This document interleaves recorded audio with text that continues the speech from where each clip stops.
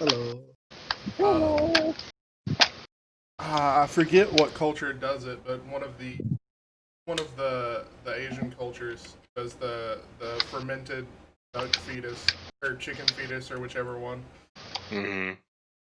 So there is a precedent for it. Oh, Yeah, yes. I wouldn't want to go trying to eat an egg and having one of those. Surprise. Yeah, What you don't know won't hurt you. Hmm. I mean, you definitely realize it. Yeah. They used to call them red eggs, if I recall correctly. How do you want your eggs? Red and scrambled? Anyway. So, hello, everyone. Ready to dive in? All good? Yes. Thumbs up? Yes, ready to go. I will mute so I'm quiet. All right. We will begin this week, a slight different change of pace, with Aladrin. Since, it's not fair to make him wait 2 hours every time. So, Nice. I've been looking forward to hearing what's up with him. indeed. So, Aladrin, you feel yourself in a very relaxed state as you float, and you feel it's the comforting feeling of being underwater is very nice. You've grown quite accustomed to it. The sort of weightlessness feel of it, the being able to just do nothing, you know, just exist, because you don't have to worry about pesky things like breathing underwater. That's other people's problems, not your problem. Yeah. And it definitely, it's a unique and wonderful kind of experience that you've just grown accustomed to, and you can feel yourself just taking deep breaths, and around you, it's not the you spent some time in the deep water while, well, you've done it on several occasions, but most recently you did it while chasing down the fleet of Morningstar, where you're underwater, you're deep down, it's at night, there's just nothing around, to the point that you cannot perceive anything, Hmm. just emptiness. And there's just couple of spots, some just specks, almost like you see them out of the corner of your eye, like something glistening in the distance. You can barely even see it when you look at it, like a patch of shiny, essentially, in the distance. I'll slowly make my way towards the shiny. You make your way over, and you breathe in and you move. It feels strange, because water, as good as it can be, it does fight you a little bit. You know, you've got to move in a particular way so that you can cut through it on one way and then push it back with the other. And there's, techniques to be able to swim through it properly. Techniques that you've worked hard to learn well and you're quite practiced in. But this doesn't have it. It doesn't feel right. It doesn't fight you. And you almost miss the fight in many ways. This is too easy. As you're just moving, you just move. And even underwater, while you can breathe the water and it is fine, again, the constant back and forth tug of war with the ocean, this sort of struggle with it, everything's more difficult. It takes usually a actual effort to will yourself to breathe underwater, especially when you first go underwater, because, well, you still have those instincts that say, hey, you're not supposed to breathe this. And so you have to willfully take in the water. And then after a little bit of time, you're accustomed to it. You're getting more and more used to it, but you still have that little survival instinct in the back of your brain. But your breathing is normal. Even when you're accustomed to breathing in the water, it's still heavier.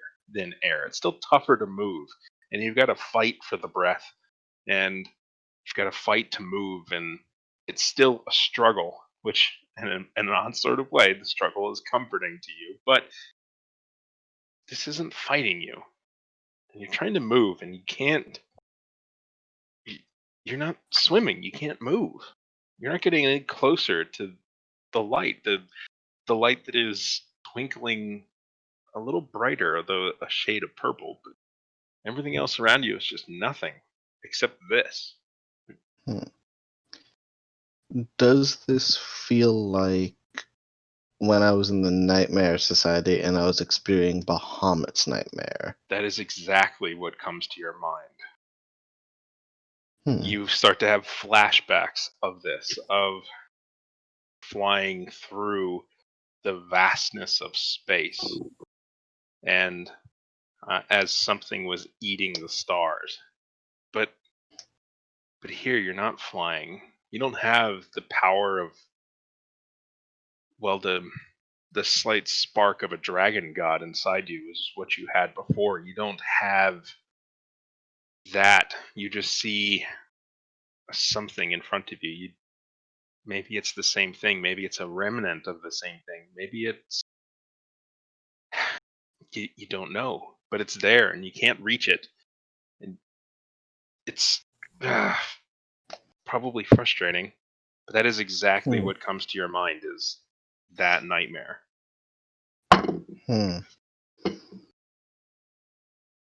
I'm going to try and cast Magic Missile on the purple object that's far away. Magic Missile? Yes. I didn't know Aladrin could cast Magic Missile. Neither I did You I. reach out your hand. I And casted what it hang one on, time. What does Aladrin's Magic Missile look like? It looks like 3 smaller sparks of lightning. You release 3 Tesla balls of glowing, almost tingling energies towards it, and they zooming off in long arcs into the distance. You don't know if they're going to. I mean, obviously they're going to hit. It always hits, but you don't know how long it might take to hit, or if you'll even know. For all you know, that sparking of light is 1,000,000 miles away.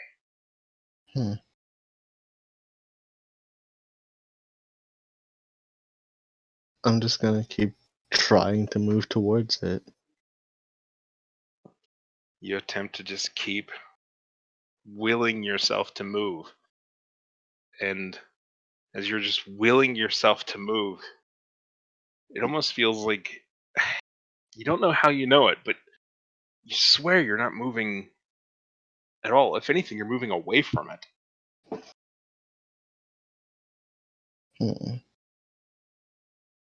If The I try to move backwards, do I move forwards? As you will yourself to move away from it, because your arms are doing nothing and you're just forcing your mind to push yourself away, you succeed. You go further and further away, and the light just shrinks more and more and more until the point where it's a single bright point in the distance.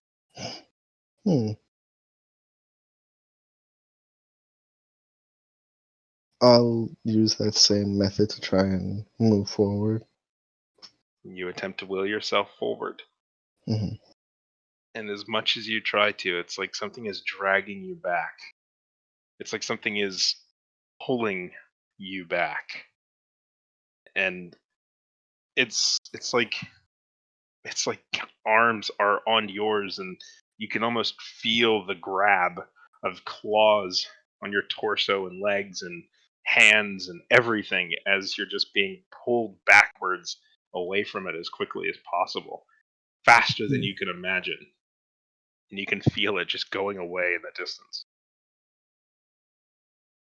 If I look behind me, do I see something pulling me? As you look behind you, You see the sleeping face of Adira. You hear the creak of the ship. Seem to have been having a dream. A rather strange dream.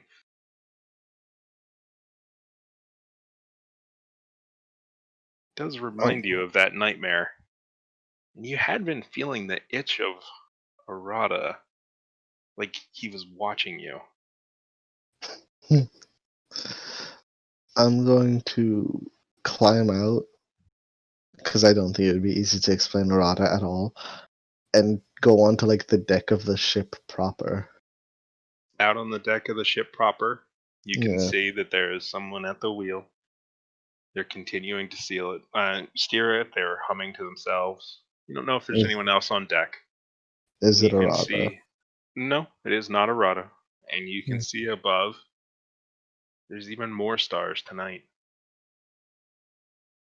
One day closer towards Bakata or towards Tyrannia. Hmm. Whichever you're eventually going to choose to, where you want to go. But you still have that feeling. And as you look up, just out of the corner of your eye, you swear you see just a glistening of amethyst purple in the sky, just a shimmer, like someone waving a sheet or something in the distance. But when you look at it, you can't see it. Hmm.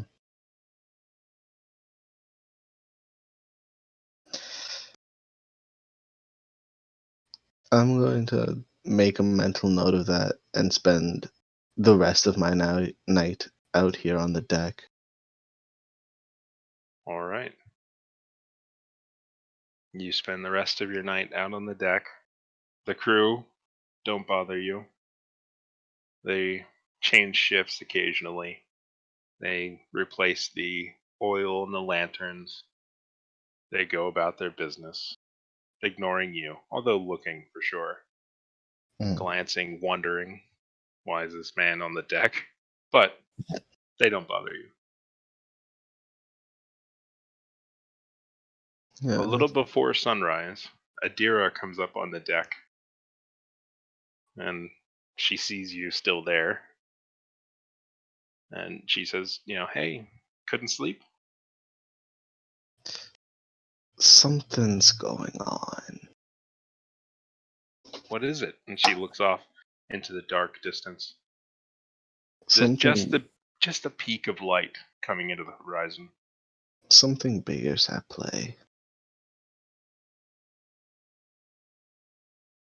Tiamat and Bahamut are wheels within a larger scheme.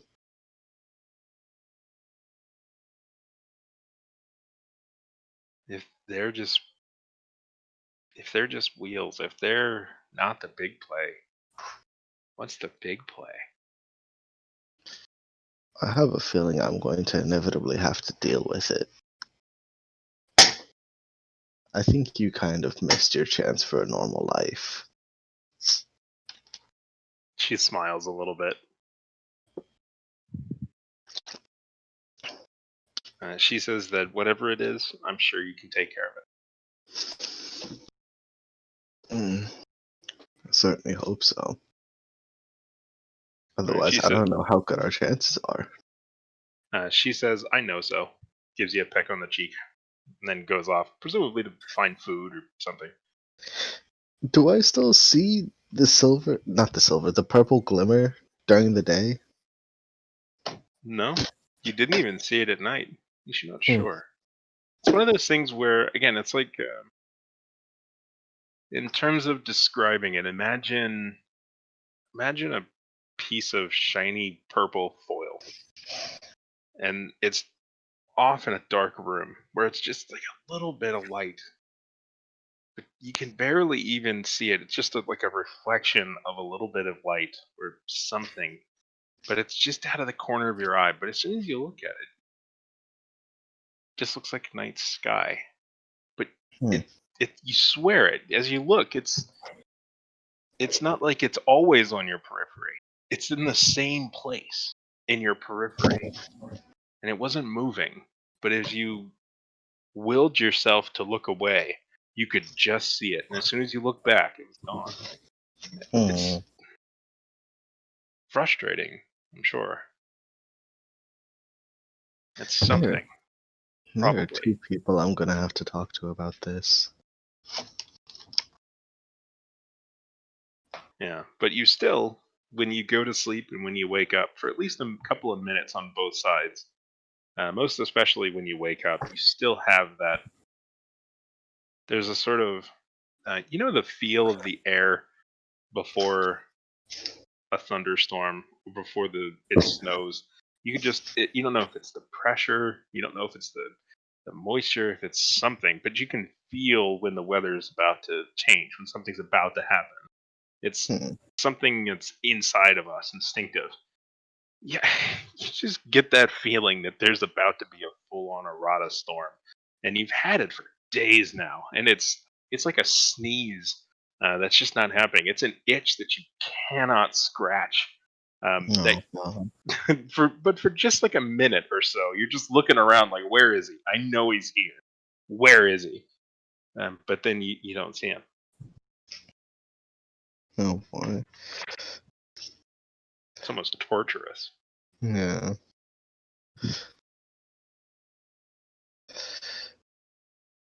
I wonder what will happen if I call out for errata. I know a great way to find out. Yeah, I'm just going to call out for him and see what happens.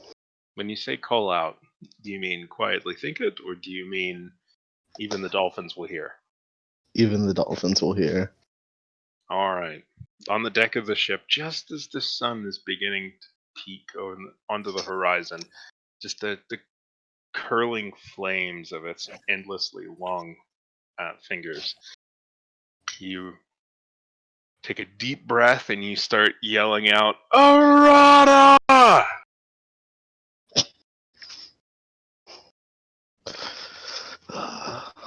Do you just yell it once, or do you yell it repeatedly? Just once. You definitely get the attention of everyone on deck, and probably a couple of others. They're just looking at you for a couple of moments. You haven't been on the ship long, but they've never seen you just randomly scream a word. But Hmm. nothing else seems to happen, and soon enough they go back to their jobs. Alright. I'm going to sit down and try and connect with Bahamut. Interesting. Very interesting. Make a wisdom check. Ooh, this isn't Let's going go to with go that. well. Some sort of, I think wisdom is a fair stat for some kind of interpersonal meditation. Yeah. That's a 3. You sit, you clear your breath, close your eyes, and you try to search for that spark. And you can feel it, but you just can't find it inside of you. But you can feel it. Alright. So I guess it's still there. Which is strange because you had thought it. He took it, didn't he? He took it away. Why would it still be there? Maybe it just lingers. Maybe you feel the remainder of it, like the kitchen remains of breakfast at lunch. It's just the essence maybe is still there. But you definitely feel it. And it feels in an odd sort of way substantial. It doesn't feel like an echo. It doesn't feel like a memory. It feels like it's an actual living sliver of Bahamut, but you just can't find it inside you. That's strange. Mm-hmm.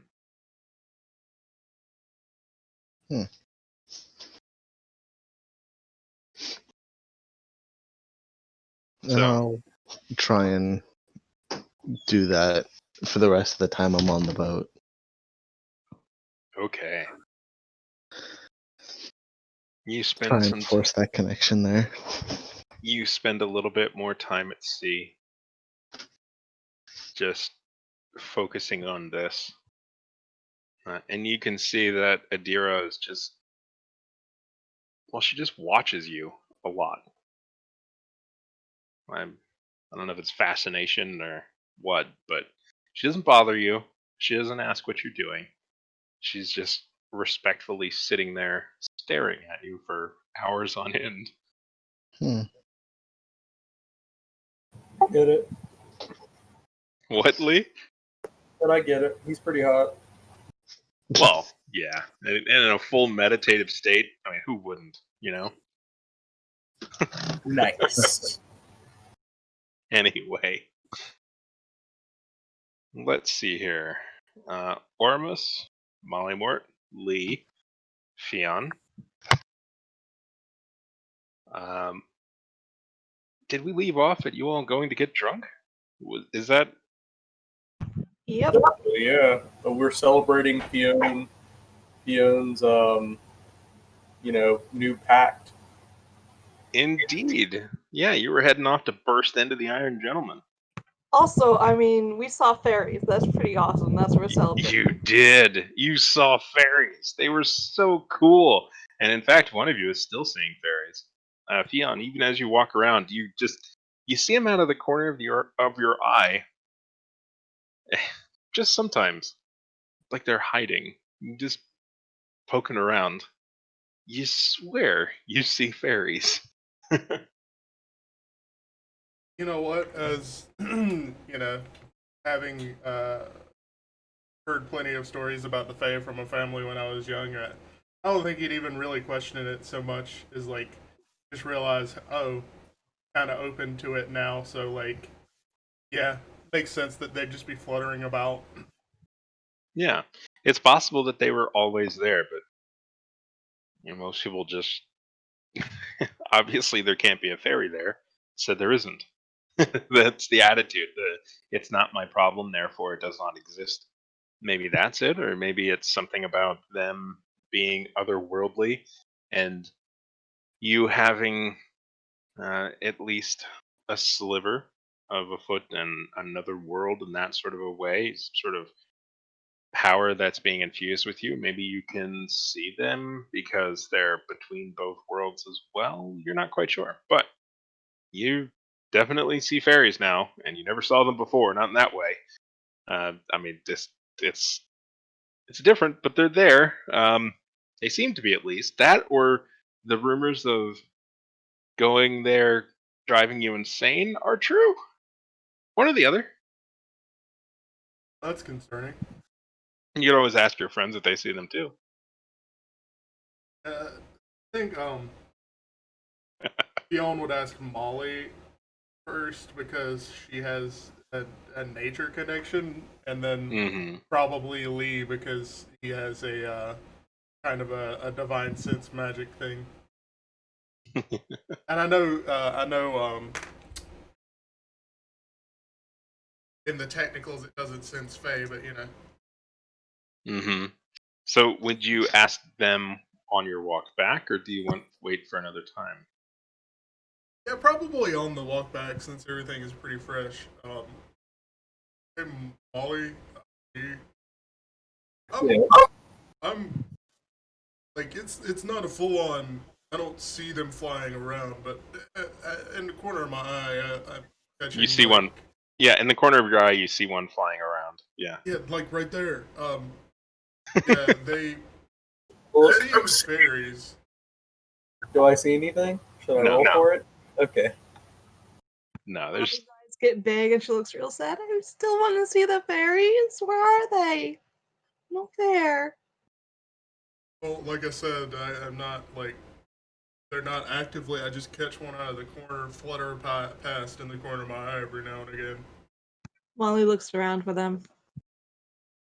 Yeah, you don't see any fairies.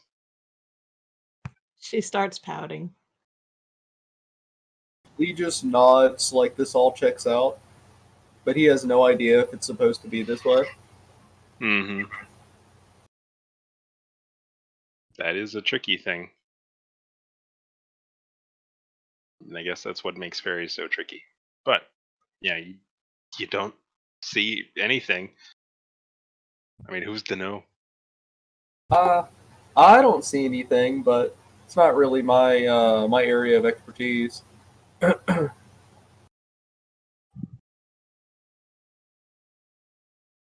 All right, that's gonna take some getting used to. Mm-hmm. So, It's okay. We got used to Ormus.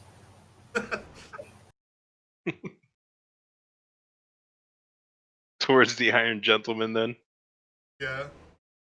Yeah. All right. You get to the Iron Gentleman. It's well into the evening by this point, because, of course, if you recall, the sun was just setting as you were heading off into the fairyland, and you're not quite sure how long you were in the fairyland.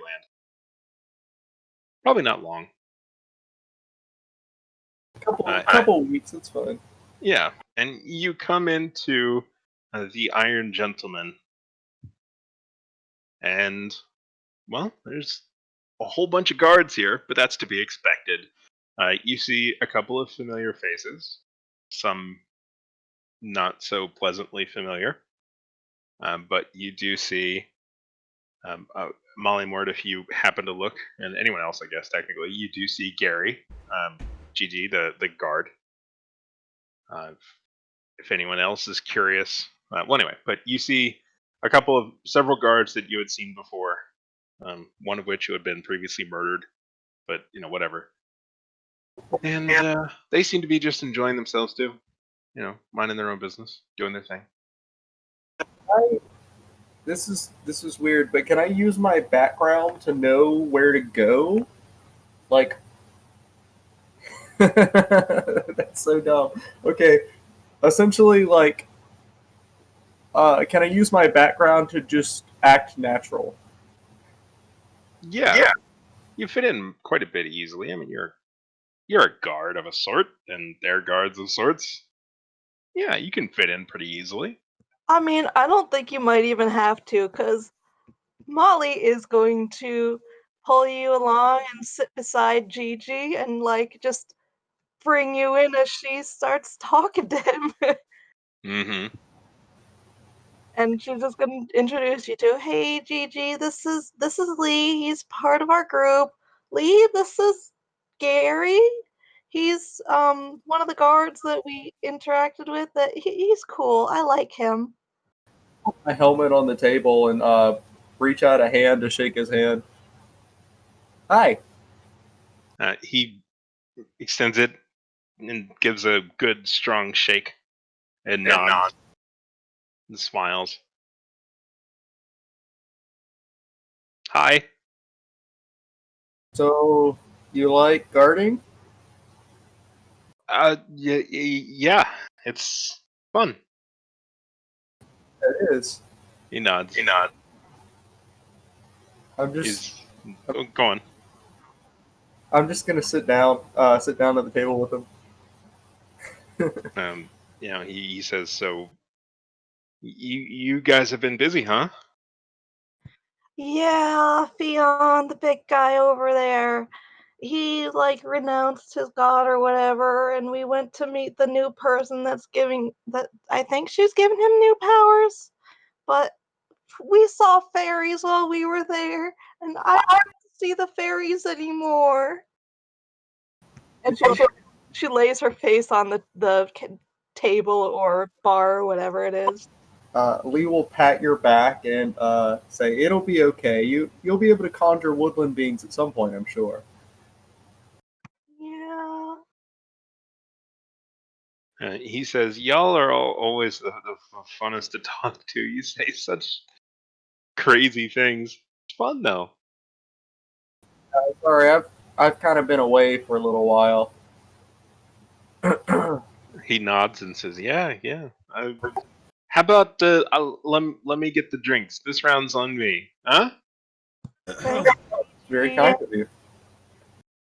Mm-hmm. And Mark, of course, who was not too far away, says, "That's great. I'll have 3. Thank you."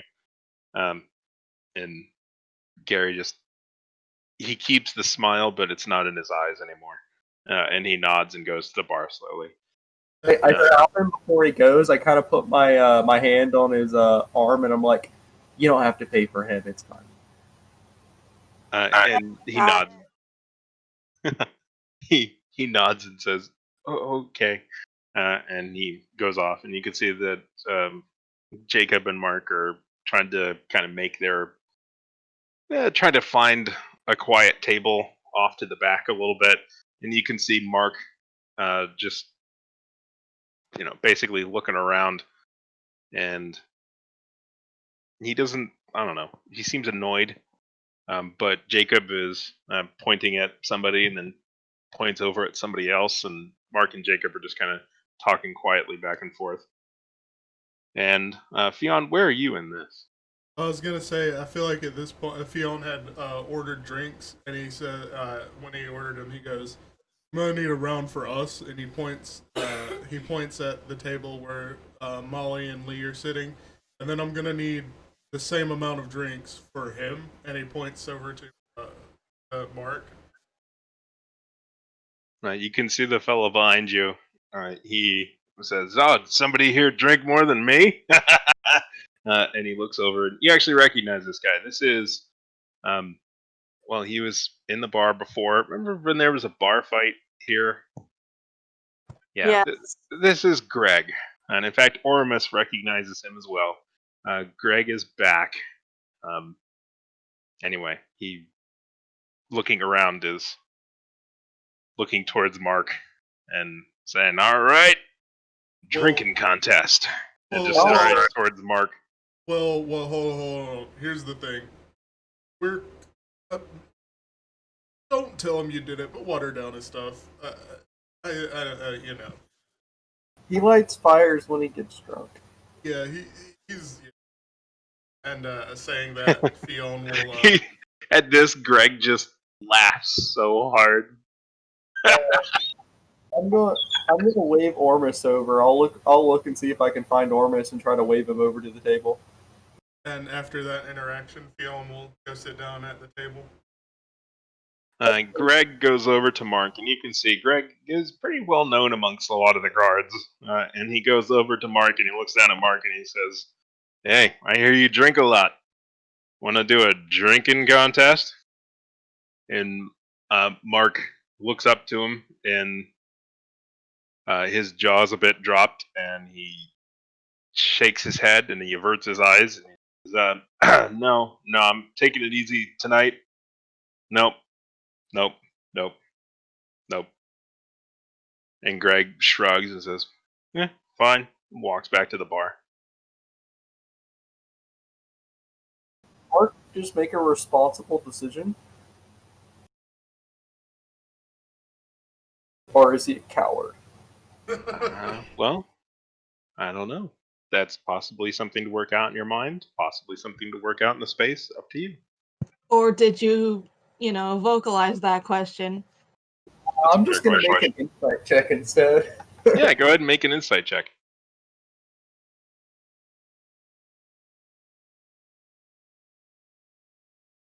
Me? What'd you roll?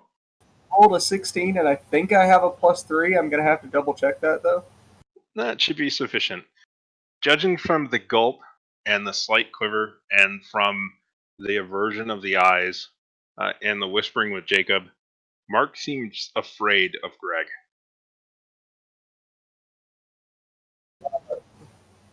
I'll go get Mark and bring him to our table.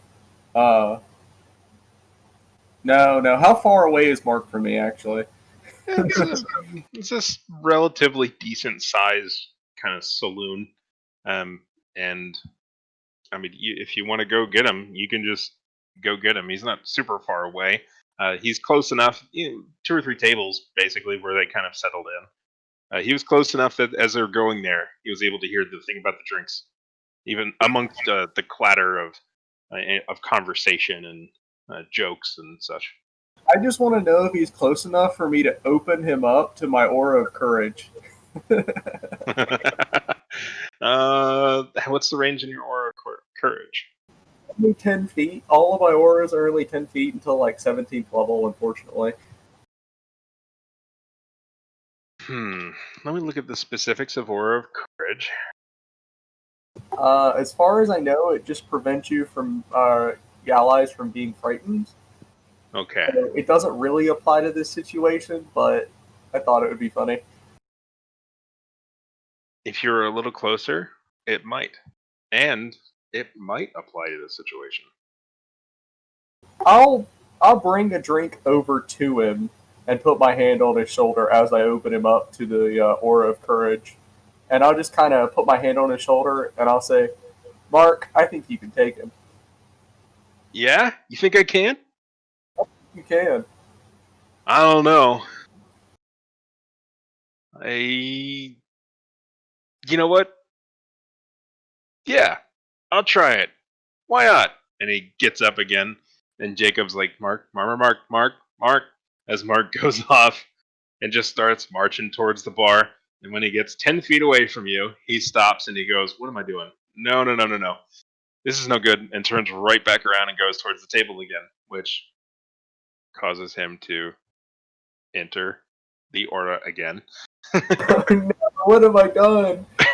And I think you have He's- to escort him. he stops and thinks, you know, maybe I can do it. And Jacob's like, no, you just came to your senses. And he's like, no, I can do this. I got this, Jacob. And he walks about 10 feet away from you and then stops and says, no, this is insane. And you can, like, he can't really even hear the words because he's, a good distance from you. But you could just see this going back and forth. And they'll continue to do this for a while until somebody stops them.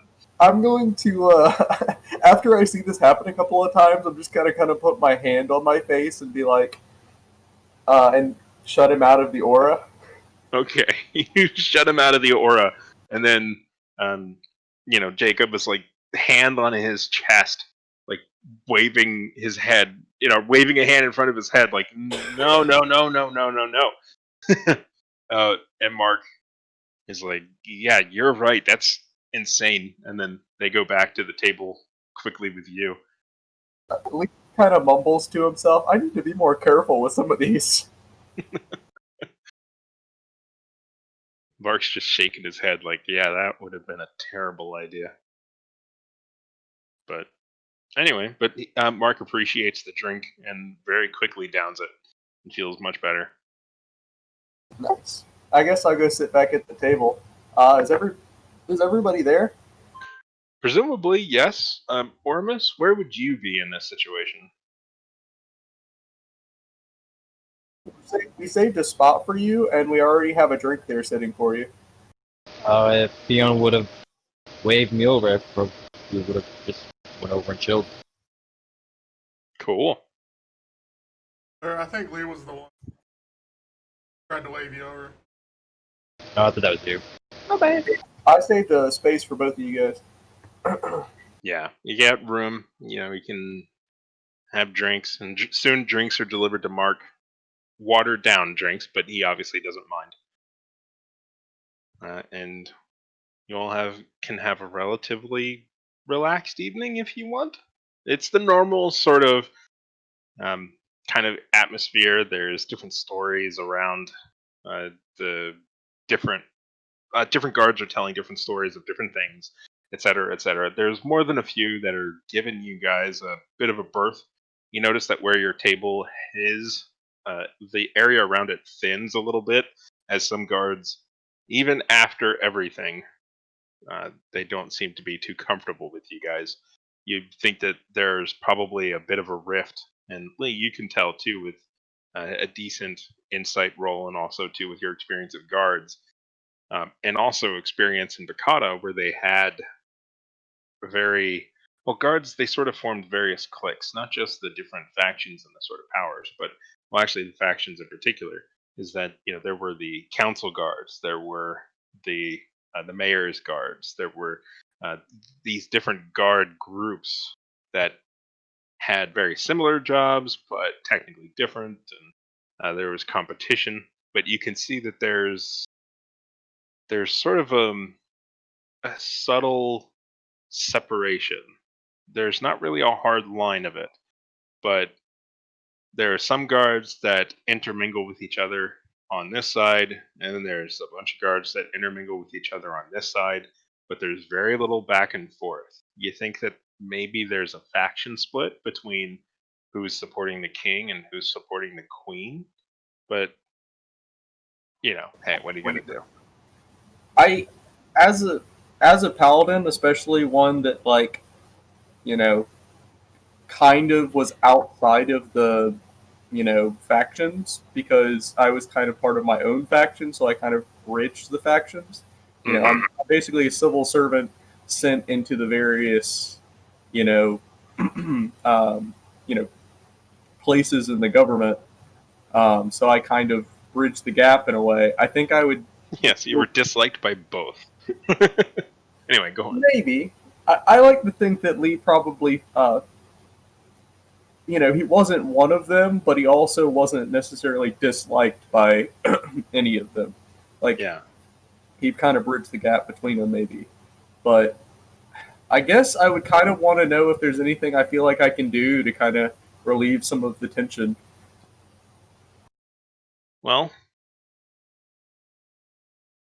in terms of getting factions and groups to work together, there's always a good common enemy that usually works. That amongst a lot of the guards, that it's an odd sort of a thing is that many military units will create separate factions and put them against each other, and then they'll give them usually some kind of a sergeant major or somebody that all of the groups can work together to focus their anger towards. Maybe you just need somebody to be a jerk to both of them so that they know that they're in this together. That's usually something, But beyond that, competitiveness is really tough to stop, especially when this is something that it's not like in the city where, okay, these guys work for the council, these guys work for the mayor. They're roughly doing very similar things. These guys are supposed to all be working for Hope. But the question is, who is in charge of Hope? Is it the king or is it the queen? What do they do? These are actually some pretty fundamental, road to civil war problem. That makes sense. I don't know if there's really much I can do right now, but I think we'll kind of make a mental note that this might need to be addressed, and maybe start thinking about things you can do to help. Oh yeah. Put this on the board. Write it down.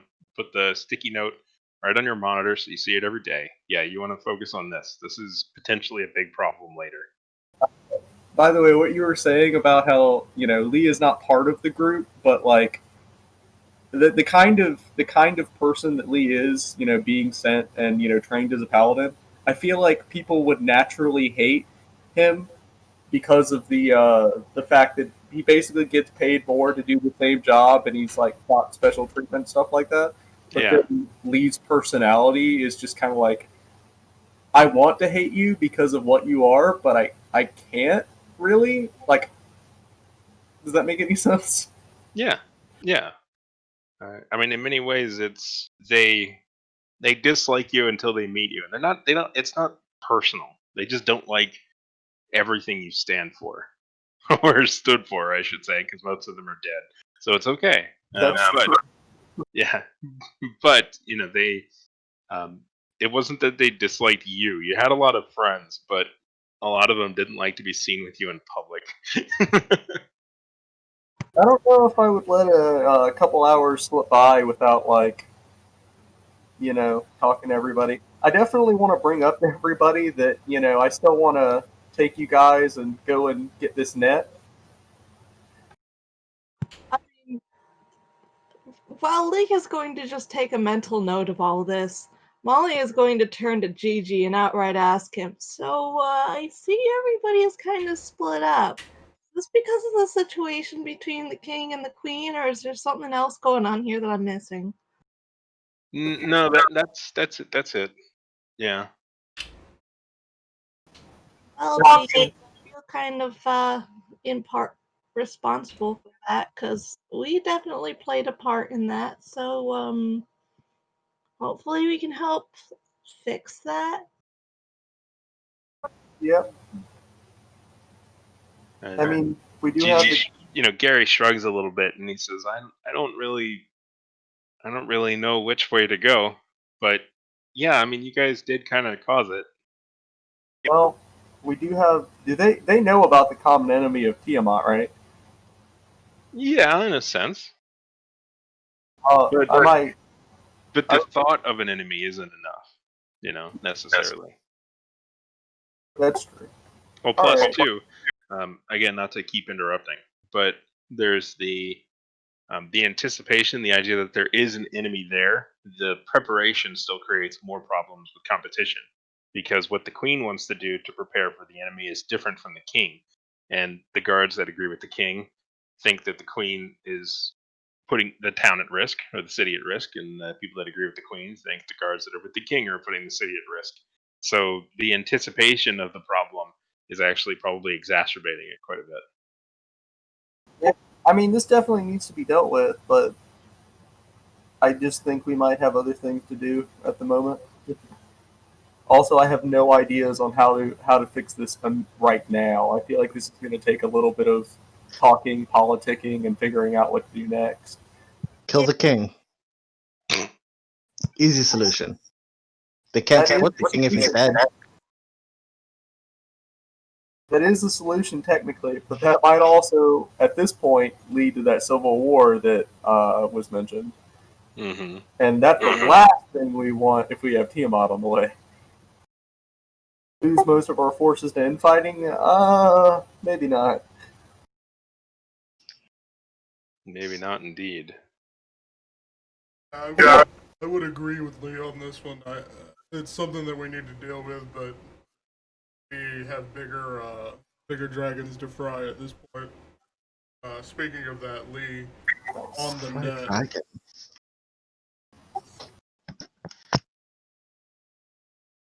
Yes. Go on, Fionn? Or Lee, about the net, tried to go for it, right? We should probably make that our next checklist item, correct? Yeah, like I said, like twice now.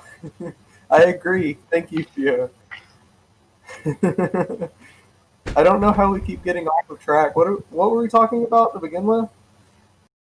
I think you were talking about. Well, anyway, it doesn't matter. But you, of course, remember, Lee, that you had made some preparations to be able to facilitate travel towards where the net may be by giving a letter from your book, a page from it, in fact, to a captain on the ship that you were on. I don't know if you remember the ship, but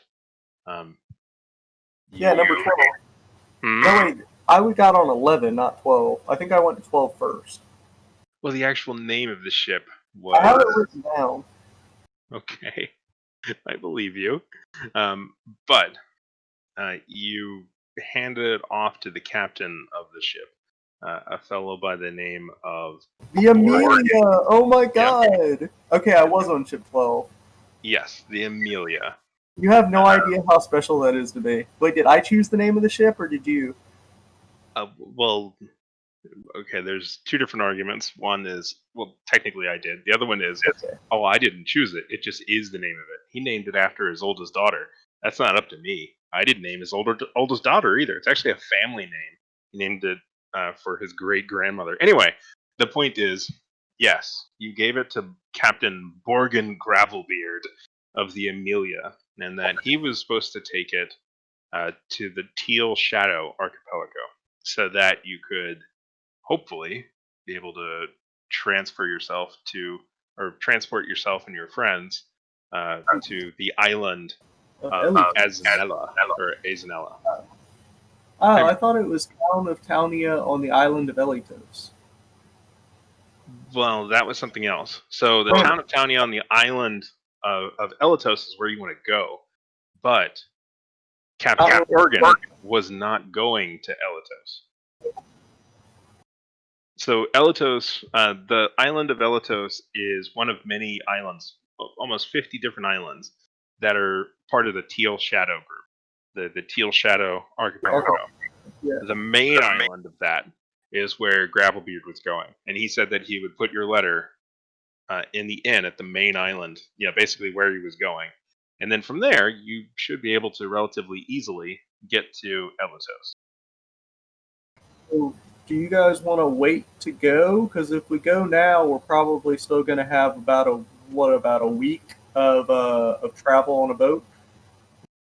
Not necessarily. You don't really know how big the the island of Elatos is, and also too, you knew that it was going to take a while for the good captain to get there. You don't know if the Amelia's even arrived. Oh, I So- know. Well, I've only Yeah. been gone 2 days, and I had only been on the ship for what, like 3-4 days? Yeah, Okay, and it was supposed to be a 2 or 3 week journey. 3 weeks without, assistance, and 2 weeks with, I think. something So- along those lines. Yeah, and so it'll probably still be a little while potentially. Yeah, I'll kind of explain that to everybody, and I'll be like, we can try to go get the net, but if we don't want to be left waiting, just on the ship, we can what's the word for it? We can wait until we think that the ship will have arrived. I vote we wait for a little bit, and that's not just because I want to have another drink for now. Yeah. Well, I don't mean like immediately, but I mean like we could wait, 10 days or however long before going. A 10-day, I guess. Take care of whatever else we need to in that time being. That sounds like a good idea. Way to think ahead, Lee. And she raises her glass and drinks some more. Indeed. What do we want to do in the meantime? Well, at that thought, Armus, after about an hour or two, you wanted to go outside.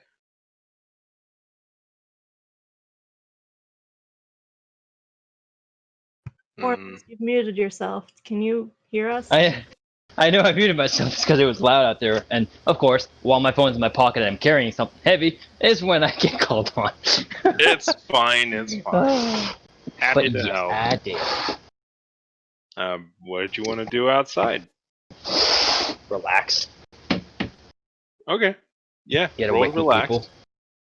I mean, you're gonna have to roll a stealth check because I'm not gonna let you slip out on your own again. Yeah. Same. It's just easier to get past Lee. Alright, let's see if I can. Oh boy.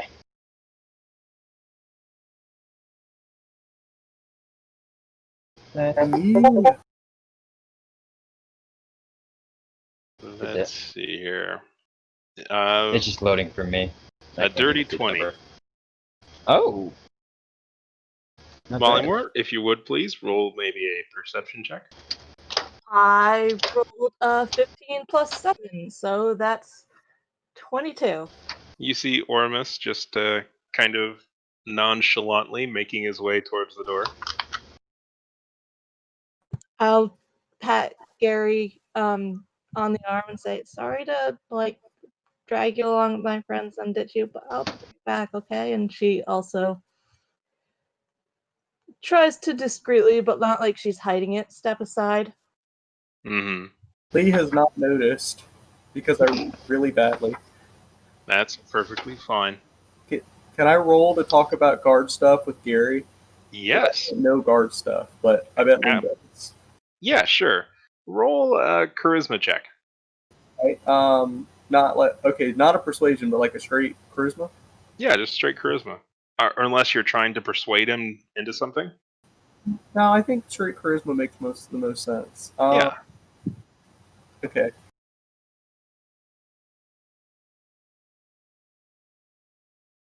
Jesus Christ, I rolled a 4. Is that with everything? 7? I have a pretty decent charisma. So Lee's just like, oh man, garden's tough, huh? All them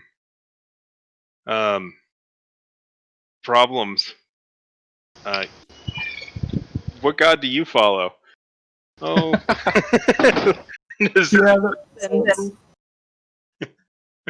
Lee's probably like, hey, you ever accidentally cast a zone of truth on somebody that you didn't mean to?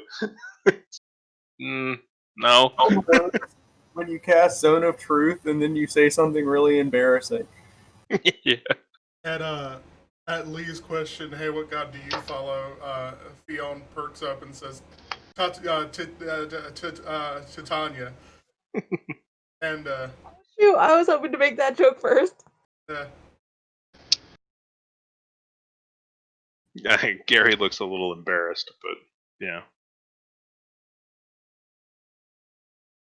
So Mollymort, you follow Ormus out? Yeah. Again, she's not trying to be stealthy. She's not trying to hide. She'll just follow him and stand beside him. Everything all right? Yeah, just a lot of people in there. Yeah.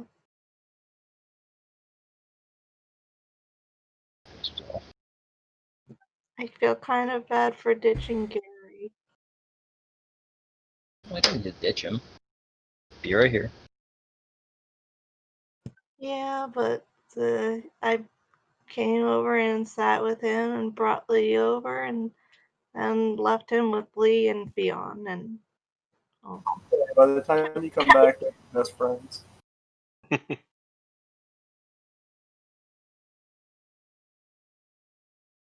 You doing all right?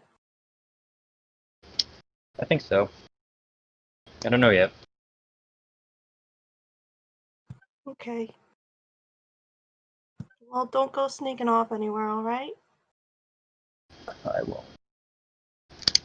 Okay. We're here for you, all right? No matter what's going on with you.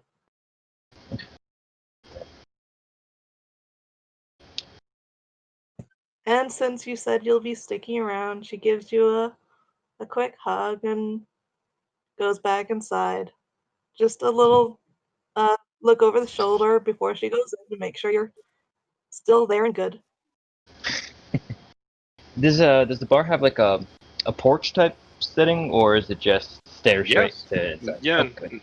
Yeah, it's got a porch and an awning, and there's a couple people outside enjoying a pipe. I'll add again. I've added this detail before. I haven't really said it, but there's a lot of pipe smoking in the town. So just assume anywhere you go, there's frequently several people smoking pipes. You don't know why it is, but there's a lot of pipe smoking. But they tend to smoke aromatics and, oddly enough, strangely, really perfume smelling stuff. Like it's actually fairly pleasant. But yeah, there's a smoking porch. Nice. Is anybody doing tricks? Not so much. They seem to just be enjoying some rocking chairs. Mostly the older guard.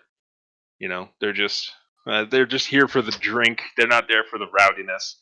They exchange the occasional story, but mostly it's just about, hey, you remember Benny? Oh, I remember Benny. That was good. Yeah, it was good. Too bad he froze to death. Oh yeah, it was. He was good though. Yeah, he was. Stuff like that. Yeah, but they mostly just stay quiet and just rock, and you look up and they're just staring at the little patch of stars in the sky. They're, simple folk. I don't know if Molly's coming back, but at this point, Lee is asking Gary about his hobbies, and Lee's talking about hammers and model rockets. Mm-hmm. Gary actually raises pigs in his spare time. He wants to be a farmer. He's actually working towards. That's part of him being a guard, is that if he gives enough time in service, that he'll be granted some land, and he wants to make a pig farm. He wants to be Gary the pig farmer. I really hope Molly comes in time to hear that. Yes. Excited about the pigs. He wants to see them. Mm-hmm. Molly is a fan of pigs. She could probably turn into a pig. She can turn into a giant boar at least. You definitely could. Uh, Does she bring up this anecdote? Like, I like pigs. Pigs are nice. I could turn into one. No, but she does say, "Oh, if you ever want to talk to them to make sure they're all good, I can help you with that." Really? You're good. You're good at talking with pigs. Can we go meet the pigs?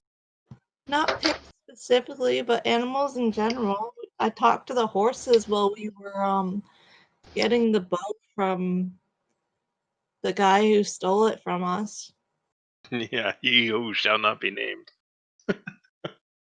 You, by the way, you guys haven't seen Real. You don't. You have no idea where he is.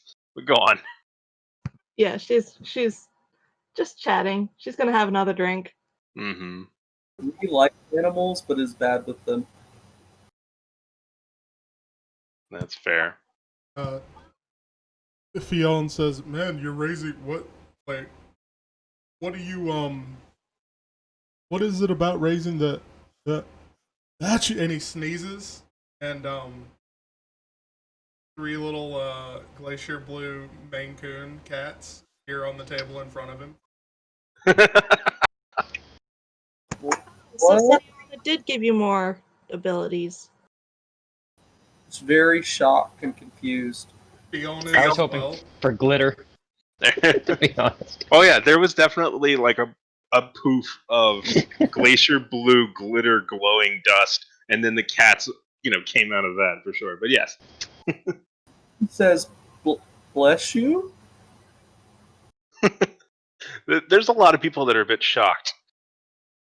Like, great, now I gotta take care of cats. God damn it. Yeah, Fionn is just as shocked. Molly just pets the cats. Uh, You can hear Mark from the other side. Could he always do that? no. Oh, Okay. Well, well, I guess I was gonna ask what is it about raising animals that he really calls to you? And he kind of pokes one of the cat's forehead gently. Gary says, "Well, it's mostly the cheap bacon." oh. Molly's reaction. So, can we meet them, or What? Lee has asked several times at this point if we can meet his pigs, and he's just like bringing it up again. Can we meet your pig? Yeah, I don't have any pigs. I'm gonna buy them when I get the land and raise them. I don't know. I live with my parents right now. I don't have anything. So no hobbies? I mostly work. Uh, Yeah, he's like, I work and I drink, I guess, maybe a little too much, but no, not really. A lot of hobbies. So, Ormus, are you staying on the smoking porch outside? Probably for a while, yeah. Okay. Um, is your intention to go back in, or do you want to go someplace else, or? I was going to go somewhere else, but I told Molly that I wouldn't, so I'm staying. What was that? I was going to go somewhere else, but then I told you that I wasn't going anywhere, so I was like, shit, no, now I have to stay. Okay, you're actually going to keep your word. Wow, that's a big step. Okay. No one knows it, but you keep your word and you feel proud of yourself. Molly knows it. Shots Sure. fucking fired, sir. I'm sure the rest of us noticed that Ormus is gone, and are like, "Hey, where did Ormus go?" I'll tell you, he's taking a breather. His lots been going on.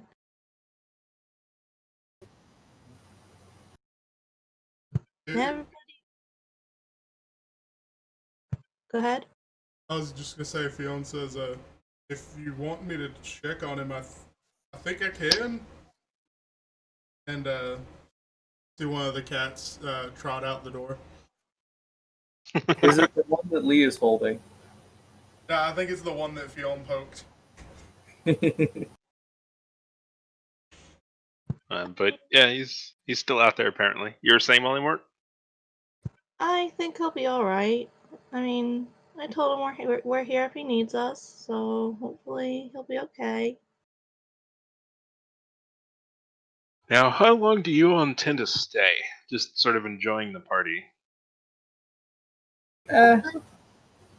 Lee doesn't stay out late most of the time. Yeah, I imagine not too late. Like just like 2 or 3 drinks. That's pretty much most of the way most of the others are too, and they seem to have already been 1 or 2 drinks in when you all come in. So before you all even start to go out, the bar's already started to clear pretty quick. There are still some that are remaining. Many of those are drinking alone, but most of the folk that were just coming in for social relaxing are on their stumbling walk home, which is also frightening because they're in guard uniforms. But anyway, so Aladrin, go ahead and make another wisdom check as you attempt to find the spark of Bahamut within you. Alright. That's a 15. Much That's better. pretty good. You definitely found a thread that leads to it.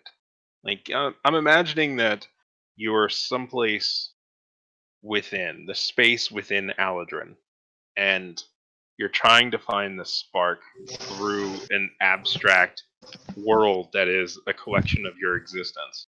And you have found a thread, this glowing,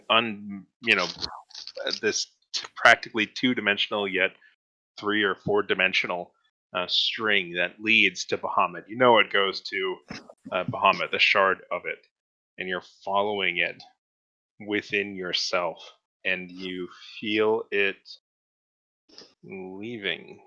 You feel it goes beyond the abstract border of what's within you. You can feel a connection between yourself and something outside of you.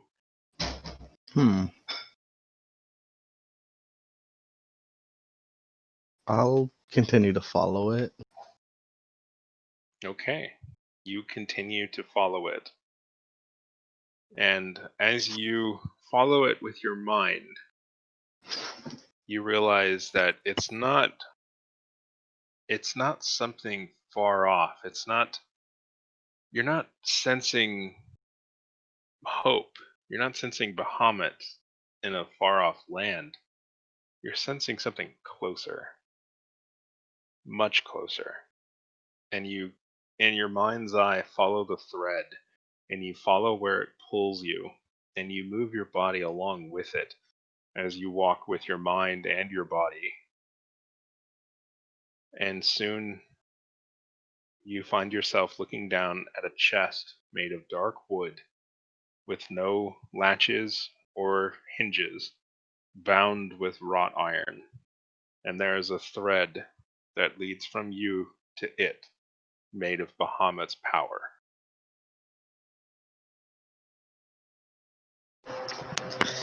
That's that's And this concerning. chest has an arm over it. The arm that you recognize, as you recognize the chest, is of Galen Flinthorn, the dwarven trader that gave you a ride to the town that you took ship on, and in fact paid for your passage, and seemed to have hired this entire boat. And it seems that the only thing that he cares about in the world is this chest. You have literally not seen him not holding the chest. There has not been a single moment within your vision that he did not have physical contact with this chest. He clings to it in his sleep, and he keeps an arm on it when he's awake.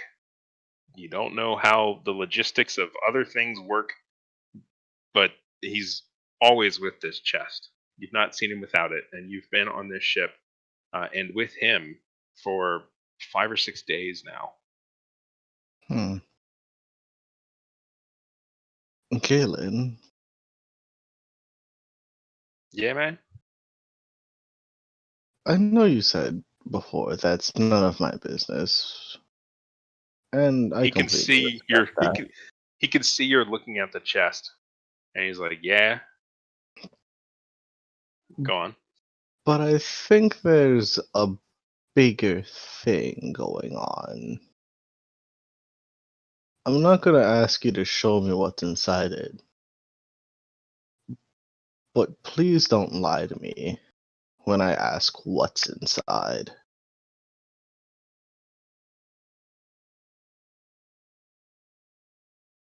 All right, I won't.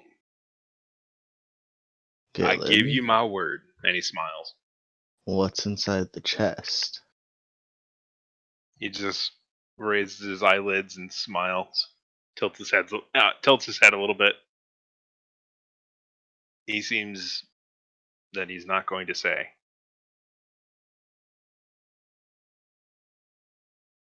A lie by omission is still a lie, Galen.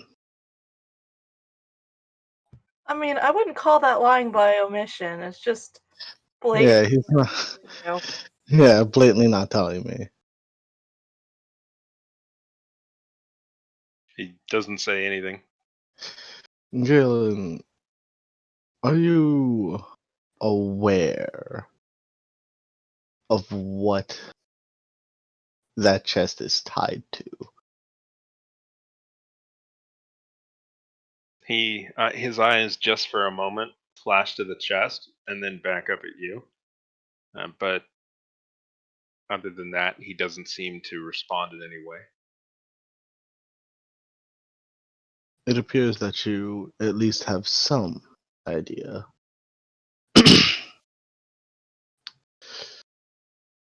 What do you know about Bahamut, Galen?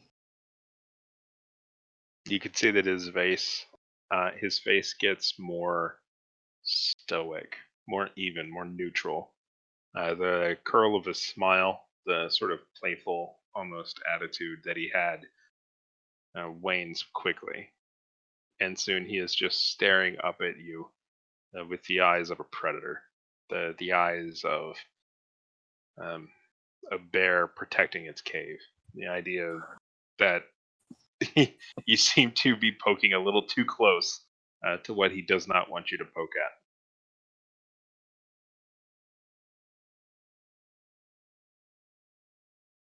But he does not say anything. Do you know that what's in that chest is connected to Bahamut? He seems to be trying to keep his expression as even as possible. And you don't see any reaction on his face or any movement from them at all except for slow, measured breaths.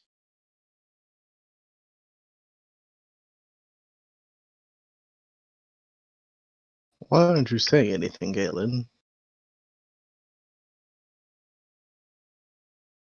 Yeah, I told you not to ask about it. It's none of your business. I'm afraid things to do with Bahamut are my business. Unfortunately. Unfortunately. Yes. He's just still holding the chest. Do you Yeah, work my- for Bahamut, Galen? I'm sorry, could you say that again, Aldrin? Do you work for Tiamat? I said Bahamut, but I meant Tiamat. That's fair. No. And he spits on the ground. God. Is he being genuine? Roll an insight check. Sounded pretty genuine to me, but I guess we'll find out. That is a 1. Ooh. A natural 1. You know well enough that the agents of Tiamat are everywhere, and you know that they are never trustworthy, that they are really tough. I mean, you don't know to what extent they would go. I mean, what are the odds that this guy found you? Maybe Tiamat sent him personally. Maybe this whole thing was to get you. For all you know, this ship. Okay, no, you know it's not going towards Morning Star, or is it? Right. Maybe they're taking you to Terenia as a. Maybe this whole thing is. Maybe this whole thing is a trap. Maybe this guy is setting you up. Well, this is Aldrin, not Fione. Yeah. Yeah, but I think Aladrin also has. I mean, he was a military leader as well, and there's got to be a little bit of PTSD in there as well. Yeah. And a little Aladrin PTSD, has been, a little paranoia. yeah, Aladrin has been battling with Tiamat for a while, and he rolled a 1 on his insight. So yeah, I'm gonna feed him a crazy thought. Also, he's been around Fiona a good bit. Mhm. Yeah. I want to trust you, Galen. You've given me no reason not to. But I need to know that you're not working with the enemy.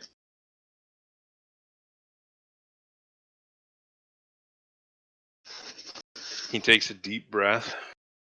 He seems to be thinking, like he's kind of setting his jaw a little bit. I don't work with any of my enemies.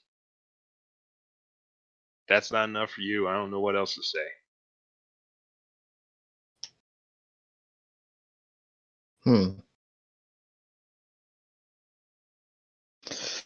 I'm going to reach down, find a sheet of paper somewhere, and write down, "Are they listening?" and show it to him. It takes a little bit to be able to, find some writing implements on this ship. But, yeah, sure, you're able to find some. Mhm. And he looks at it. How the hell would I know? Look, Tiamat's forces are wide and varied. For all I know, they could have placed a listening device on you so that you wouldn't tell anybody anything. They can do that. They summoned her from a tornado of black smoke in Verbinville. They can do anything.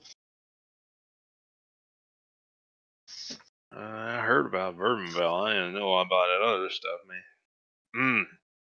I Well, was there trying to stop it. yeah, I heard about that too. He gives a little smile. Oh, so Aldrin is actually legendary now? You just didn't know it. God. The world's just catching up to Aldrin.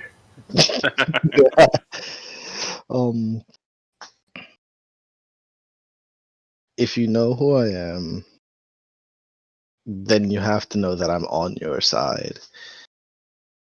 Whatever's in that chest is tied to Bahamut. I just need to know that we're working on the same side. He says, we're working on the same side. Is that enough? I'll accept it. He nods. He says, you still want to go to Bacata? I'm going to Terenia. Bacata is a nice secondary place, but I think it's time for me to regroup with everyone. He nods. And he says, good. Good. And he says as well, if you have any idea what's inside this chest, then you know why I can't tell you what's inside this chest. And I can't tell anyone else what's inside this chest because I can't trust anyone else to know what's inside this chest. You understand? I can understand, but I also have no idea what's in there. I just know that it's tied to Bahamut. Good. Good. Okay? Good. It's better for all of us if nobody knows what's in it? Hell, I wish I didn't know what's in it. Because it's not for us to know. Do you All right. do you want to take it to Bahamut? I'm not offering to take it for you. You can come with us. I'm just giving you the method to take it to him instead of wherever you're taking it. My job isn't to take to him. My You job's work to take with it the someplace nerds. else. Yeah. Yeah, I work for the nerds. You're just like Jareth. You know what? I like you a lot more than Jareth, though. Yeah, he was always kind of a jerk. Who knows Jareth? He called me a thief. Anyway, if you hate Jareth, you're good in my book. I don't hate him. There's a respect. You know? He's efficient, but that doesn't mean he can't be an asshole. He nods. Says, yeah, it's fair. I mean, that was kind of his charm. And I'm just gonna leave him in peace for the rest of the time. Now that I Alright. have some idea who he works for. Okay. Working for the nerds. Them nerds, man. They're everywhere. There's three So- factions: the good, the bad, and the nerds. Nerds are the ones that secretly rule the world. Basically, yeah. The ship does have to stop in Bakata for provisions and such, because, it's a large port. They need food and water. Hmm. And, of course, booze. I mean, they need to stop. Do you want to get off and stop? It's okay if you don't want to. How long are they gonna be here? Long enough just to get provisions on, no more than a couple of hours. And they'll continue on. They're trying to make good time. There's a bonus if they get there early. And they still got a long way to go. How long would it take me to go to the Dragon's Den and come back? The Dragon's Den is sort of on the edge of the upper city and dockside, so you could definitely get there. I mean, assuming that the ship takes maybe 2 or 3 hours, you could get there, spend a little time, and come back with time to spare. Okay. I think I'm gonna try and head up to the Dragon's Den. Okay. Go on, Lee. There's an opportunity here, and I just can't miss it. I desperately need for them to be erecting a shirtless, ripped statue of Philbin by the docks.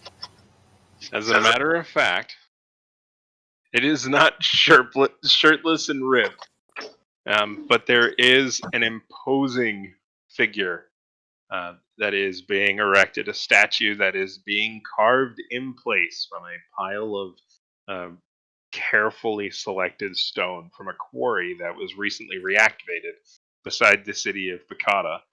And it is of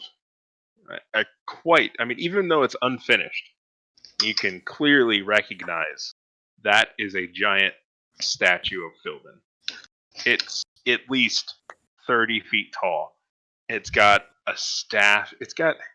Looks like it's an orb in his hand. He doesn't even have an orb. Whatever. But you can tell just by looking at it that this is an imposing and powerful statue of Philbin. You see that it's at the kind of in the intersection of the three main portions of the city. The upper portion, the lower portion, and dockside. I'm gonna grab a guard by the shoulder and pull him close. Hey, what? And point at the statue. Who's this? That's Philbin Gymcaster, man. He's like rubbing his shoulder a little bit. That's the mayor. Why? You're not supposed to... I'm just gonna let him go and start booking it towards the mayor's palace. Hey, you! Stop! Hey! And he starts blowing a whistle, chasing you. I would love to see the guard stop Aldrin. Oh god. You run towards. Now, I'll add, the mayor's palace is like on the whole opposite side of the city. It is miles away. Well, okay, so there's the mayor's palace. Is there like a town hall where business took place? Well, so that's the thing is most of the business of the town for Bacata was done by the council before. And so everything involving like the main courts were through the council. All the legislation was through the council. It was all through the council. And the council building was razed to the ground by the mayor. And the mayor's palace is actually built into an ancient fortress that is thousands of years old, that the town of Bacata grew up around. I don't know if you recall the story, but when Tiamat was killed, and actually Bahamut was killed, as you know now, the heart was brought back and as well as the scale and a couple of other various pieces, and of course the weapons of legend, and they were given to the various races that had just fought this massive war to kill Tiamat. And her heart was buried on the spot, some distance from the castle. And in fact, it remained there until you and your friends stole it several thousand years later. But that ancient castle has been built into a residence. And since then, what used to be the sort of prefect or the kind of commander of the army, well, soon enough, it's more of a civil organization. We don't really need much of an army. And then it turned into, well, we still need some protectors. We'll have some guard. But if the mayor has the guard, we want also democracy, but not too much democracy. So then the council had their guard, and there was this sort of competition. Essentially, the mayor was much more like it was more of more like a sheriff, but more of a not official, actually doing anything kind of sheriff. And so it was very much what's the term? Ceremonial. Yeah, it was sort of a ceremonial role until, of course, the mayor, the most recent mayor before Philbin, of course, a fellow by the name of Feneley Falinay, if I remember. Anyway, until he murdered the council, all but 2 members, then burned it down and did a whole bunch of other stuff. Did a whole bunch of evil things, but he's dead now. You helped. So currently, you're not quite sure. The council was reconstituted. They didn't have a mayor the last time you were here. This is definitely a change, but apparently maybe Philbin's the mayor now. But anyway, the castle is quite a distance from where you are. You're basically on the opposite side of the city from where he is, or from where he is, assuming that he's even there. I'm going to grab another guard as I'm running and just kind of carry him and ask, "Where's the mayor?" You see that he's as surprised as anyone that you're able to pick him up and grasp him. He was not at all prepared. He was reacting to the other guard blowing the whistle, and he was coming to aid. And in the aiding, he turned the corner and was quickly picked up by someone who causes some sort of alarm, possibly a would-be assassin, as you begin to scream, "Where's the mayor? Where's the mayor?" He responds quickly, "You stay away from our mayor! He's a treasure!" And he's like trying to punch you, but to no real effect. He's just like kind of barely hitting you with a gloved hand. God, I'm just gonna shake him and say, "Tell me where the mayor is." Roll an intimidation check. It's personal business. Okay. That's unfortunately high. That's a 25. That An is assassination would be personal business. that is pretty darn good. I mean, assassination could just be for work. Yeah. What's your athletics, Aldrin? Your athletics skill? My right. athletics is a 9. Okay. So 3 guards come up and try to grab onto you, and even just passively, you're able to easily not be like they're trying to hold you and control you as best as they can, but they're not having any success. But the guy that you're grabbing onto and intimidating yells out, "He's in the mayor's mansion! He's in the mansion!" I'm just gonna drop him and keep running. You drop him, and one of the other guards aids as the other 2 start to chase you, and you can start to hear this kind of a whipping noise as the guy starts to spin up something behind. You just continue to run as quickly as you can. Yeah. Okay, so if you would please, make a. Let's go with well. Hang on. What's your AC? 17. Okay. All right, that's a no. You see something fly by you, a grip of balls and rope as they're apparently trying to stop you, and another one just goes right past as they just miss with their bolas, and you continue to run as quickly as you can. So I was going to ask before you got off the boat if you had brought Adira with you. I'm going to assume no. Oh yeah, I would have been like, yeah, it's fine. We wouldn't we'd make it back in enough time. But probably as soon as I saw the statue, I'd be like, just stay on the ship. Yeah, just stay here a moment.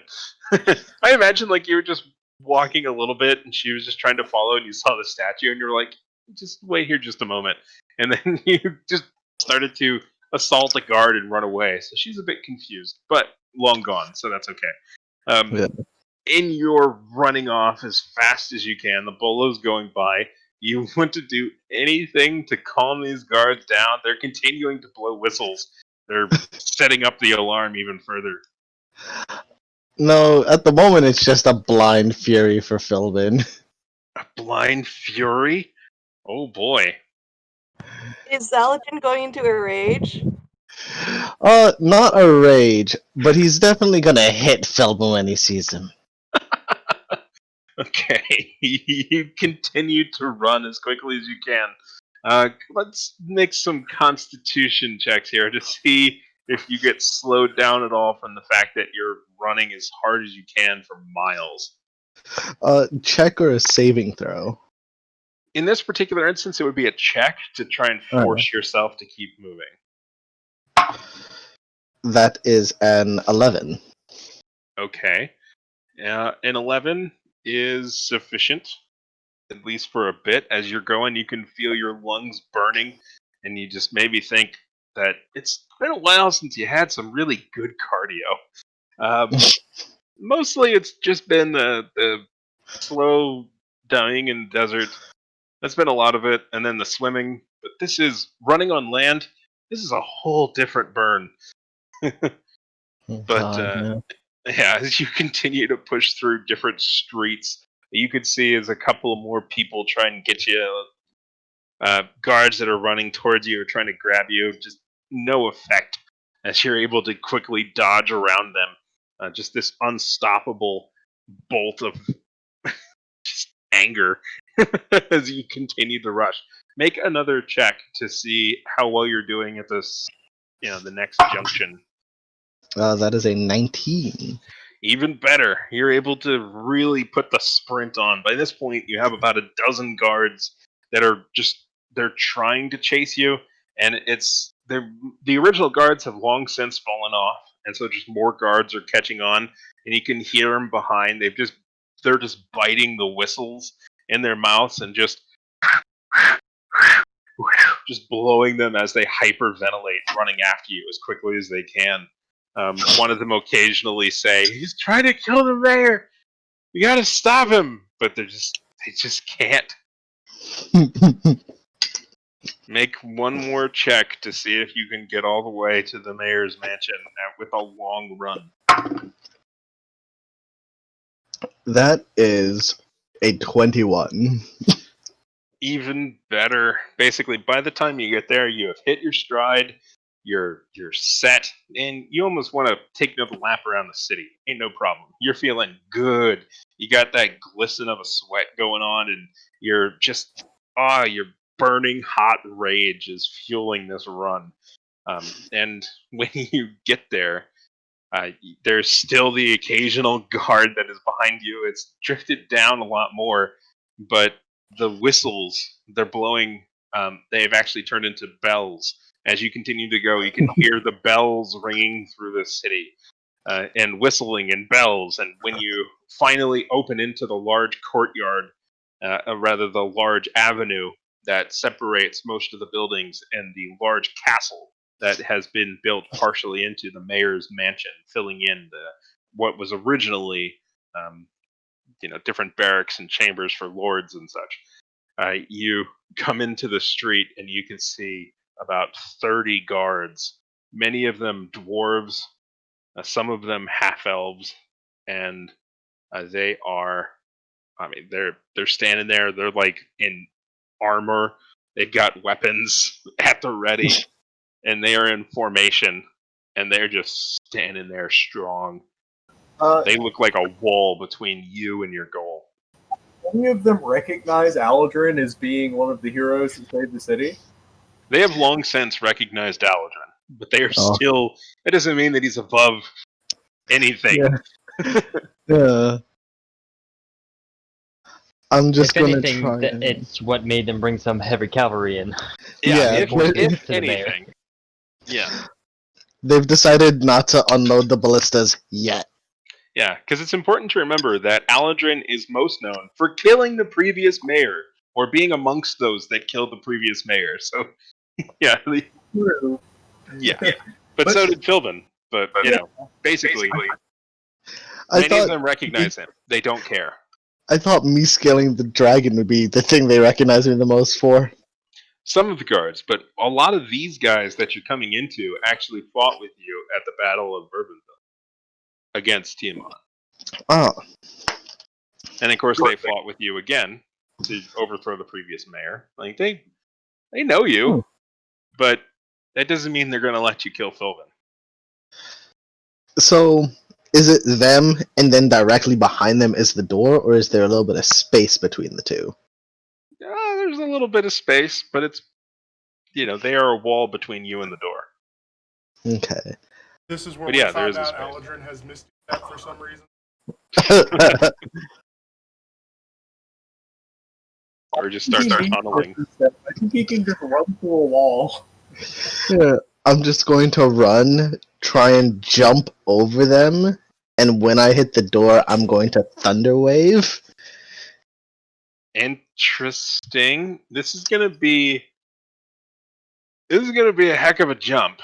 Let me see. And a heck of an entrance. If you had Mollymort's ring, you think that this could definitely do better, but oh boy.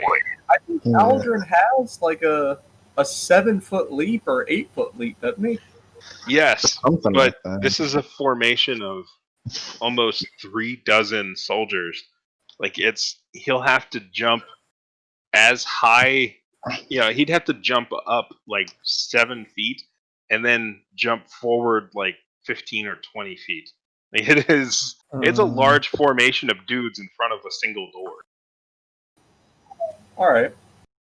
Uh-huh. You can certainly try. So So go ahead and what's your strength score? 20. I'm sorry, what was it? A 20. Okay. So you almost certainly have a running start. That's certainly fair. Go ahead and make an athletics check. That is a 15.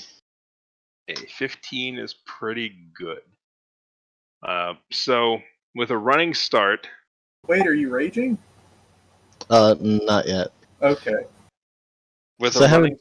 Oh, go on. Yeah, because I haven't taken damage, so I wouldn't have Yeah. raged. I was just worried you were about to. And also, you would get advantage on your athletics checks, I think, if you were raging. Oh yeah. With an athletics check, this is always one of those tricky things. It says that your long jump can be up to 20 feet horizontally, or your high jump can be up to 8 feet off the ground. But I don't know if it's both of those at once. I don't think so.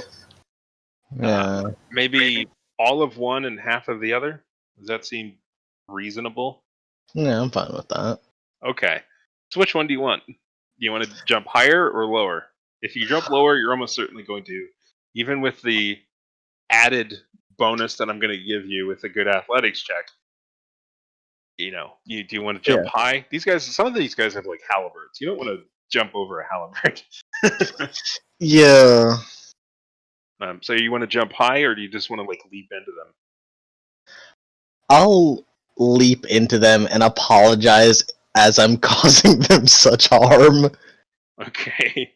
You rush forward and you make a long, tall leap as you just rush at them, your chest going first, like you're bursting through a window in a particular movie. But then later in that movie, in a slow motion scene, you yell, "I'm sorry," as you plow into all of these guards. Sorry, my fight's not with you. And you tumble into them and fall down. So they're just gonna dogpile on you. Go ahead and make another athletics check to try and, or maybe even a dexterity acrobatics if you want to try and get away. As a whole bunch of these guys are just trying to grab onto you and hold onto you. Some of them with the aid of ropes, because they know you. Oh god. You also hear the clink of chains. They will probably have got some shackles that they're going to try and bring the bear. They do not want you to go in there and kill Philbin. Oh, that is a total of a 24. That was pretty damn good. Okay. Wow. That's a lot of really low numbers. They're trying to get a hold of you as hard as they can, but they are unable to control you too well. But was that an acrobatics or an athletics? In athletics. Okay. They were able to get one part of the manacle on you, on your arm, but they don't have the control to be able to lock the other one. But they got it on one hand. I'm just gonna keep struggling through the door. Okay, you continue to just crawl as hard as you can as they're just piling on you. And they just don't understand. They're just saying, "Stop, Paladin! Stop this! Stop it! He's in a rage! I heard about this! He had dragon blood in him or something!" They're just, "We gotta stop him! He's unstoppable!" Anyway, Alfred does dragon blood. yeah, he did. Well, because remember all the... Well, anyway, the stuff with Tiamat, and anyway, because he was going off and they hear stories. Anyway, if you would please make another athletics check to try and pile through this big group of dudes. That is only a 15, unfortunately. Is there a chance? Oh wow, I rolled a 1 and a 2. So I'm doing like a large group roll and then averaging half of them to try and see if anything will get better. And yeah. Oh god. Those are really bad rolls. You still got one manacle on, and you actually feel another click on as they seem to have attached another manacle on the other side. As they're just like, okay, well, we can't control his arms. Fine, we'll just weigh him down. Something. As they're trying to just slap them on as best as they can. And with the anything, huh? they're just... I well, see, what I'm doing is I'm rolling 4 dice. I'm rolling 4d20, and then I'm dividing the total by 2. And so it's sort of an odd sort of way, but they're trying to balance it, but I rolled a 1, a 2, and a 5. Like, Oh god. it's just bad rolls on their part. They're trying, but he's so strong. Okay, you're almost at the door that is still closed. Make one more check to try and pull yourself fully to the door and try to open the door. That is a 19. Okay, let's see here. Oh, wow. That's a lot more higher numbers. 17, 17, 19, and 14. So, with the aid of the manacles that are on you, and at least one of those manacles had been attached to a chain, they're able to get a hold of one of your arms, as it looks about 5 or 6 of them are holding the chain that's attached to your arms. 5 or 6 on one arm is enough to do that. They're able to grab the other, and they are just able to pin you down, and you are just feet away from the door. You almost were grabbing it as you are held and pinned on the ground. I think it's time for you to go into a rage, buddy. Arms spread out to the side on your face. Diplomacy, rage or diplomacy, those are probably the options right now. I'm sorry. I'm sorry about this. Just relax your bodies when you fall. And I'm gonna cast Thunder Wave. This is okay. Let me see. Saving throw, yes. Yep, con saves. All right. Yeah, relax your body. Boom. Rota! Okay. So in terms of the 15-foot cube that's originating from you, do you want it to include the door, or because most of the cards are behind? Because you're moving towards the door, and they're basically like you're closer to the door than most of them are. They're behind you. They're like trying to drag you back with chains. They're trying to hold on to you. Do you want to be casting it at them or at the door? I would like to include the door, yeah. Well, that's sort of the thing, is if you include the door, it's a 15-foot cube that's originating from you. In this case, you're on the ground, so I could make you at Okay. the center of the cube, which would make it about 7 feet one way, 7 foot the other, but that wouldn't necessarily include all of them, as amazing as that is. Hmm. Like, you don't even know how far away the guy is that's holding the guys that are holding the chain on the manacles on your one side are even further away from that. Basically, you could get all of them, but you would miss the door. But you can get the door and them, but you wouldn't get all of them. Or you can just get the door entirely and miss all of them. Which would you prefer? I'll get them. They seem like a bigger nuisance than the door. Fantastic. Okay. And that's an action, right? Yeah. That is an action, yeah. You still have a bonus action if you want to. What is your spell save DC? That is a 14 for charisma from my sorcerer spells. Okay. I can't wait for Yonder to tell you that the door's locked. I mean, come on. You think they went through all this and left the door unlocked? Come on. Wait. Walk mean against Paladin. The vast majority of these guards seem to have failed that. They're blasted away from you. Just this whole wave of dwarves and half-elves just being forced back.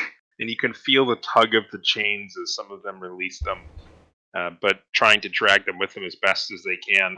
And soon enough, you are lying prone in front of this door.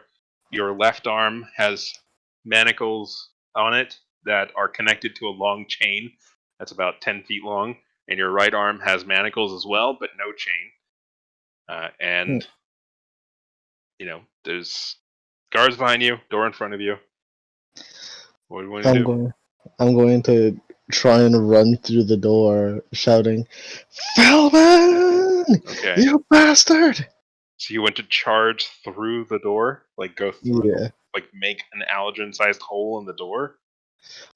If it's locked. The door is seemingly locked. You haven't actually tried it yet. Do you want to take the time to try it? No, they're gonna arrest me. I'll just run through it. You Okay. have axe. Yeah, you do have weapons, but they'll take time, I guess. I do have this spear. I could just pierce the lock. Go. I'll try and pierce the lock. You do not see a lock. Oh. Then yeah, I'm just gonna run through it. Okay, yeah, you attempt to just run through it. I guess make an unarmed strike or something. I mean, do you, just roll damage as if it's an unarmed strike or something. Make strength check. It's always tough. Like, how do you? Can you do another Thunder Blast? I do have another thunder wave. If you want to do another thunder wave, you can, but the guard's probably going to recover and come at you. Like, you don't necessarily have time for that. You can if you want. Yeah. Is there a window? There's got to be a window nearby. Well, sort of. I mean, there are a lot of windows, but this was built as a castle, and it hasn't been Oh. changed too much. So while it has had some amenities added to it, the windows are not accessible because, again, this is technically a castle. Yeah, windows aren't part of the privileges you get. Yeah, there are some windows. They seem to have been, added, but they are not like there's not an open kitchen window right beside the door or anything. Well, Yeah. there's accessible to the average man, and then there's accessible to Aldrin.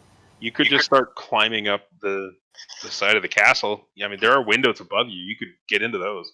You could just break through them. They're like stained glass kind of crap. Ooh, poke the I'll hinges. just Make it I'll just fall. try and push through the door. Okay, strength check. Alright. Strength or athletics? Athletics. That is a 28. Yeah, it's akin to weightlifting. It's just a really big, heavy weight in the castle. Did you say a 28? A 28, yes. I'm scared. Oh, crap. Amazingly, let me see here. Hang on. How would I translate that into damage? Anyone have any ideas in terms of what does 28 equal in terms of amount of damage? I would assume that is substantial. I don't know. I guess shit. I'm not sure. I don't even know. I mean, you're just kind of just pushing on it really hard, yeah? Yeah, I assume it's a push door, not a pull door.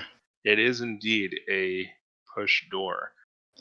And as you are pushing on it and pushing, you can hear like a cracking of whatever bar they're putting across the door on the other side is failing. And you actually force the doors open. I mean, it's a 28. That's a really high roll. So, yeah, you break open the barricade to this door, and on the other side, you see a very frightened man. You do not recognize him. Oh, is it crap? I forgot his name. The assistant. It is the assistant. Yeah, it is. It's the one with the Stein mug.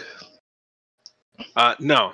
You haven't seen that guy for a while. No, but this is someone that you do not recognize. I'm just gonna give him a look. Where's Philbin?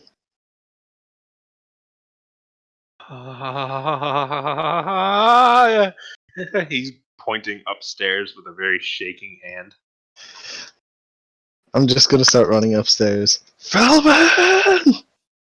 Okay, you begin to run upstairs as you can hear many of the guards recovering behind you and running towards you. And there's the clinking of the chain as you run. And they're saying, "Get him! Get him! Get him!" Honestly, if I saw a single man tear through a wooden beam that's meant to barricade a door by himself, just snap it open, I'm like, yep, you know what, I quit. Fuck this. I don't get paid enough for this. Their devotion to Philbin is higher than that. Apparently. Their devotion to Philbin is more than they fear me. You mean more than They death?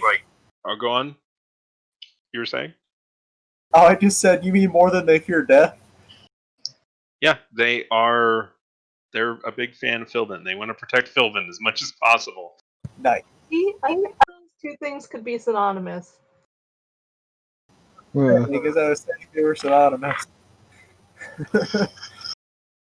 All right, but the guards are able to make one last try and catch to see if they can grab you as they try and grab the chain and hold on to your one hand that is, shackled to your one hand.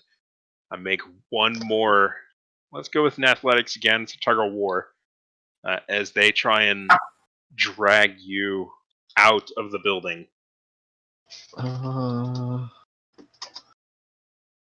That is 26.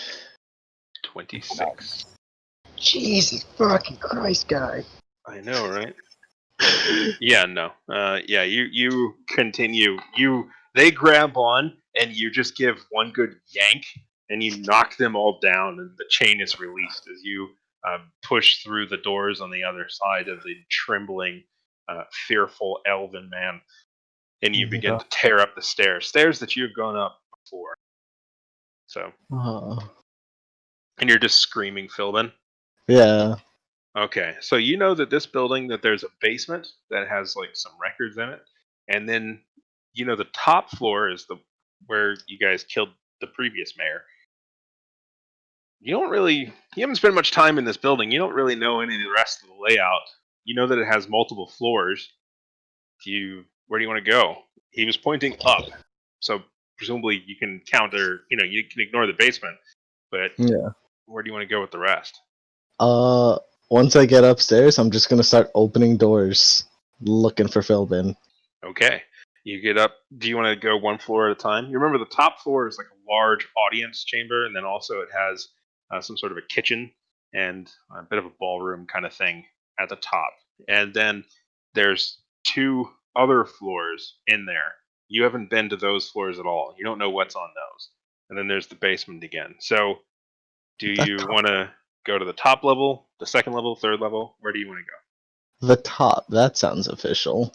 Okay, you run up to the top, just screaming, Philbin! Philbin! And you get up there and you enter in. You remember that when you were here last time, there was a long dining room table, I should say. Or not so much a dining room table, just a dining table. Anyway, so a long, big table on the other side with stainless glass.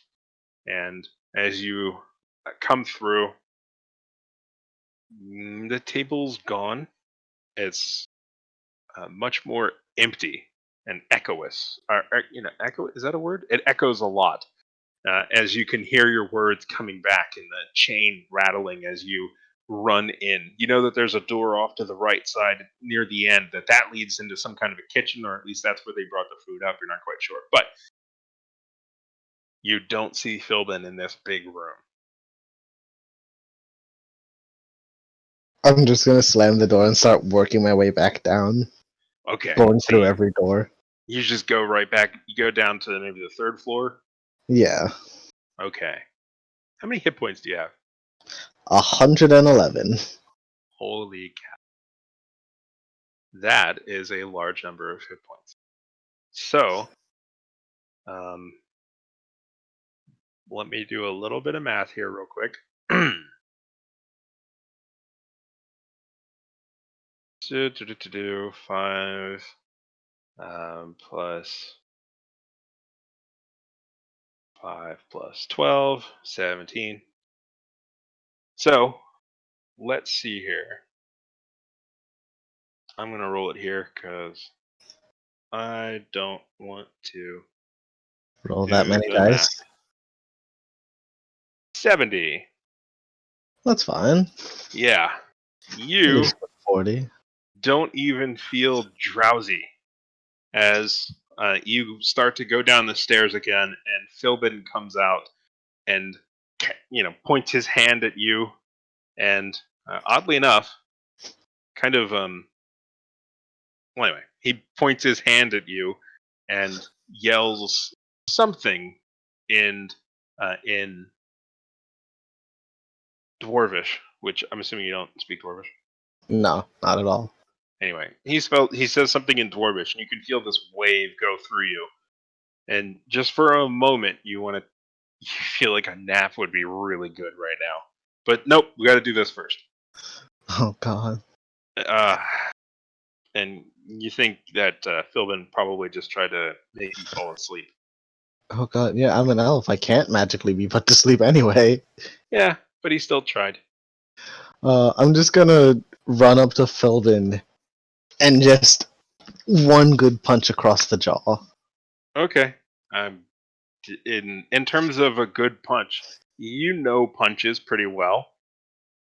Are you trying to really injure him, or is it more of like push him back kind of punch? Like, what are you looking for here?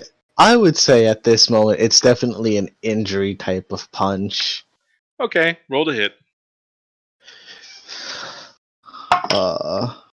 Luckily for Philbin, I doubt that's actually going to hit. That is a 13.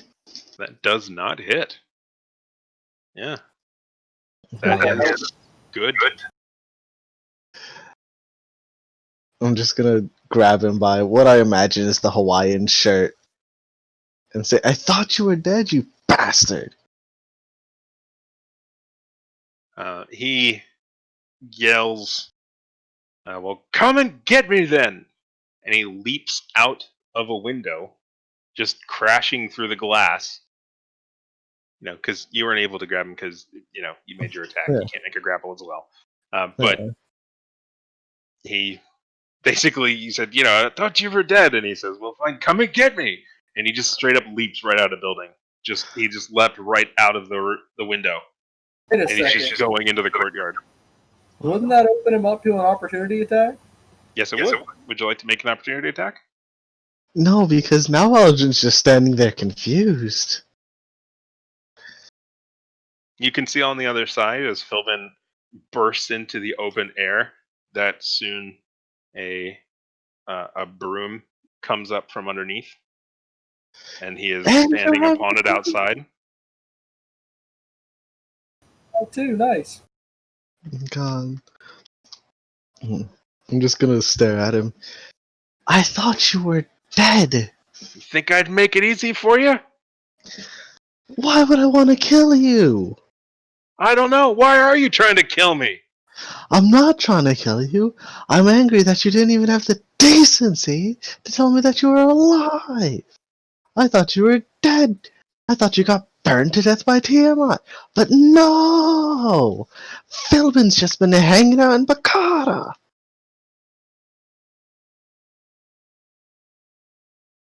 Okay, yeah, fair enough. I thought you didn't care. Why wouldn't I care? Well, to be fair, I also kind of assumed that you were dead too. I take offense to that. Kill out. If I come back in, are you gonna punch me again? Probably not. Didn't work out very well the first time. That's as good as you're gonna get with Algren. Probably not. He floats in, but he's still above you. So he comes in, but he's still higher up in these grand staircases. So there'd be effort involved to even reach him still. Yeah. And he looks down and he says, "So, did you kill him, Tiamat yet?" No, she blew up my ship. And then I decided it's not worth really staying out here to try and keep doing that when now they have a system in place to, blow up the ship I'm on instead of let it get captured. He nods. How dare they? Yeah, how dare they come up with a system to stop me? He says, "You were able to swim back here already?" Oh, no, I swam to the desert and then got lost in the desert for a while. And then I was walking to Terenia, but I met a friend. Met two friends actually. Comes charging in. As you're saying this, the broom slowly lowers. God. You gonna hug it out? Yeah. I'll get Philbin caught up on all the events and then realize, oh shit, I should probably go get go get God, I can't remember her name. Her name is Adira. Adira. Yeah. So do you just like start telling the story and then several hours later remember it, or do you say right away, like, hey, could you go find a random woman that looks like she belongs in the desert? Yeah, I just look at one of the guards. Hey, could you go find this one chick? Her name's Adira. Please tell her that everything's okay, and I'm not a madman. Well, that's arguable. Debatable. By this point, the guards have formed a column that are down the stairs that are only being held at bay by Philbin's hand. That is subtly, just keeping them down. And the guard is looking to Philbin, and the Philbin looks at the guard and he says, "What do you want us to tell her?" Just like tell her. Oh God, I get Philbin. Do you know where the others are? Philbin nods and he says, "Lee came through. They're in Hope, I think." All right. Tell her to come here. Would you mind teleporting us to them, Philbin? Philbin says, "Yeah, Or do you want us yeah, to I just should continue be." on the boat to Terenia? Philbin says, almost kind of sheepishly, he says, "Might need to, might need to wait a day to teleport you. I kind of used up my strongest spell slot trying to stop you." Yeah, that's fine. I want to talk to Oh God, what's it? It was Jacob's sister, I believe. Mark's sister. Mark's sister. Yep. Ayara? I want to talk to her about something. Okay.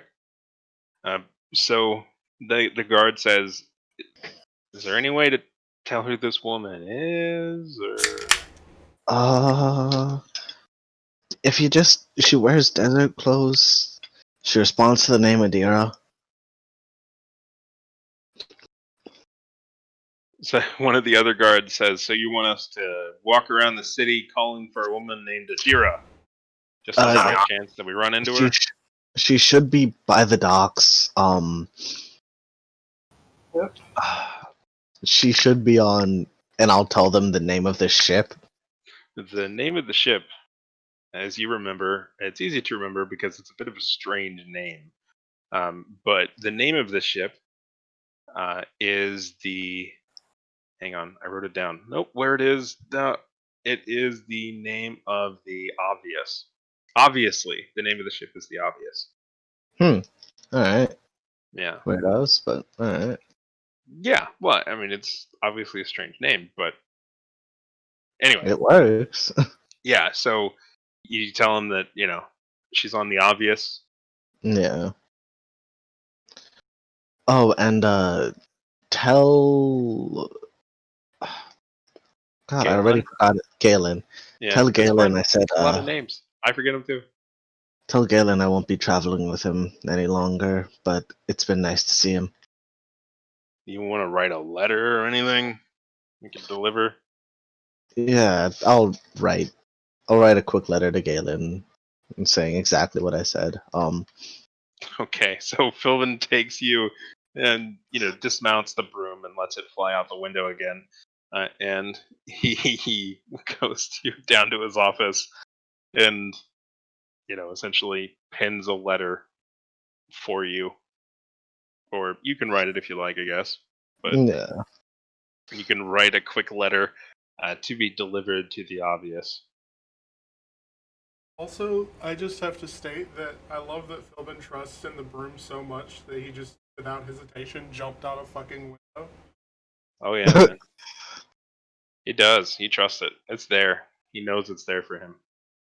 Gone. I mean, that was his escape plan. It's just like, I'll try to stop him if I can't, and jump out the window and get away, because there's no way I'm going to take him in a fight. But yeah, so you can write off a letter to the obvious, and Yeah. presumably that'll find its way there. But Philbin just essentially asks, how you found yourself here, etc. I mean, do you want to talk to him about anything in particular, or? I'll tell him the whole story, like from the last time we saw each other, swimming through the ocean, going through the desert, everything I can remember. Mm-hmm. Even the bits about your companion turning to stone. Yeah, Mm-hmm. and then I'll try and bring up the topic of the illusory purple thing in the sky. Mm-hmm. Philbin's smart; he'll know what to do with that information, if anything at all. As soon as you say it, he says, "Man, I have no idea what to do with that information." That's unfortunate. You're supposed to be smart, Philbin. You're supposed to be the smart one of the party. Well, I am, especially next to you and Lee. But Yeah, exactly. but I mean, he listens to this, following along, kind of interested, nodding, thinking it's pretty darn interesting to some of it. Do you talk about the chest? About Galen? No. I'll tell him that I met a trader named Galen, but I'm not Okay. going to tell him that Galen had anything interesting. Okay. You leave the bit out about the chest. As you've said, of course, a lie of omission is still a Yeah. lie. If you would make a slight, let's go with a deception check. But I'll give you advantage in that you're not actually fully lying. You're just trying to hide out something that you know is important. Yeah. The duality of man is a natural 1 and a natural 20, Well, with a total of 22 for the deception. that is pretty darn good. Yeah, you're able to give the story, and Philbin just listens and nods. Says, "Well, that's sounds like you had some pretty good luck. That's good." Yeah. Says, "I've had some odd times here too." I mean, He looks you're around the. mayor. Yeah, he nods and says, "Yeah, that was a bit of a surprise to come back to." So you mean you weren't, huh? You were mayor when you already got here? He nods. He says, "Yeah, they made me mayor when I was away." How are they going to elect you when you're not here? I wasn't elected. I was appointed. Okay, how are they going to appoint you when you're not here? Apparently, it's just as easy. In fact, it might have been harder if I was here. I'd have been arguing against them. What? You know what? Politics doesn't make any fucking sense. I'm just gonna leave that shit to you and Theon, because he's a nut job a little bit, but I love him. And He nods. the rest of this is all you. Soon enough, actually, you're actually, as I say, actually, once again, you are greeted by Alondria as she comes in, and Aladrin, so good to see you. We were worried about you. And she comes over and gives you a hug. It's nice to see you too, Alondria. I don't know why people worry about me. You should know that I'm very hard to kill. I'm a little bit offended about the lack of faith in my abilities. It's not a lack of faith. There's just a lot of danger. If anyone could survive, it would be you. Yeah. But they're able to have a meal, and soon enough, Adira is escorted by a guard. She is also in shackles. She's innocent. Your You don't need to your do shackles have been removed, that. but Yeah. she is in manacles essentially. Oh God, poor girl. Why did they arrest her? I mean, I get it, but also what? She's innocent, you guys. She doesn't have anything to do with this. She's like, yeah, I just they didn't tell me where we were going, and I didn't want to go. And the guard unlocks her, and he says, "Yeah, this was mostly for our safety." And then he leaves, and she's just kind of rubbing her wrists, and you can see that there's almost like a rash, like there's a ring where the metal was on her wrists. I have that allergy too. Mm-hmm. You guys should invest in like hide handcuffs, or like wooden ones. I mean, they certainly would not have worked against you. Yeah. Yeah. Philbin says much the same. Is that we use metal because they're a lot stronger, and with kindness, ma'am, we don't get a lot with druid blood that strong that are so allergic to metal.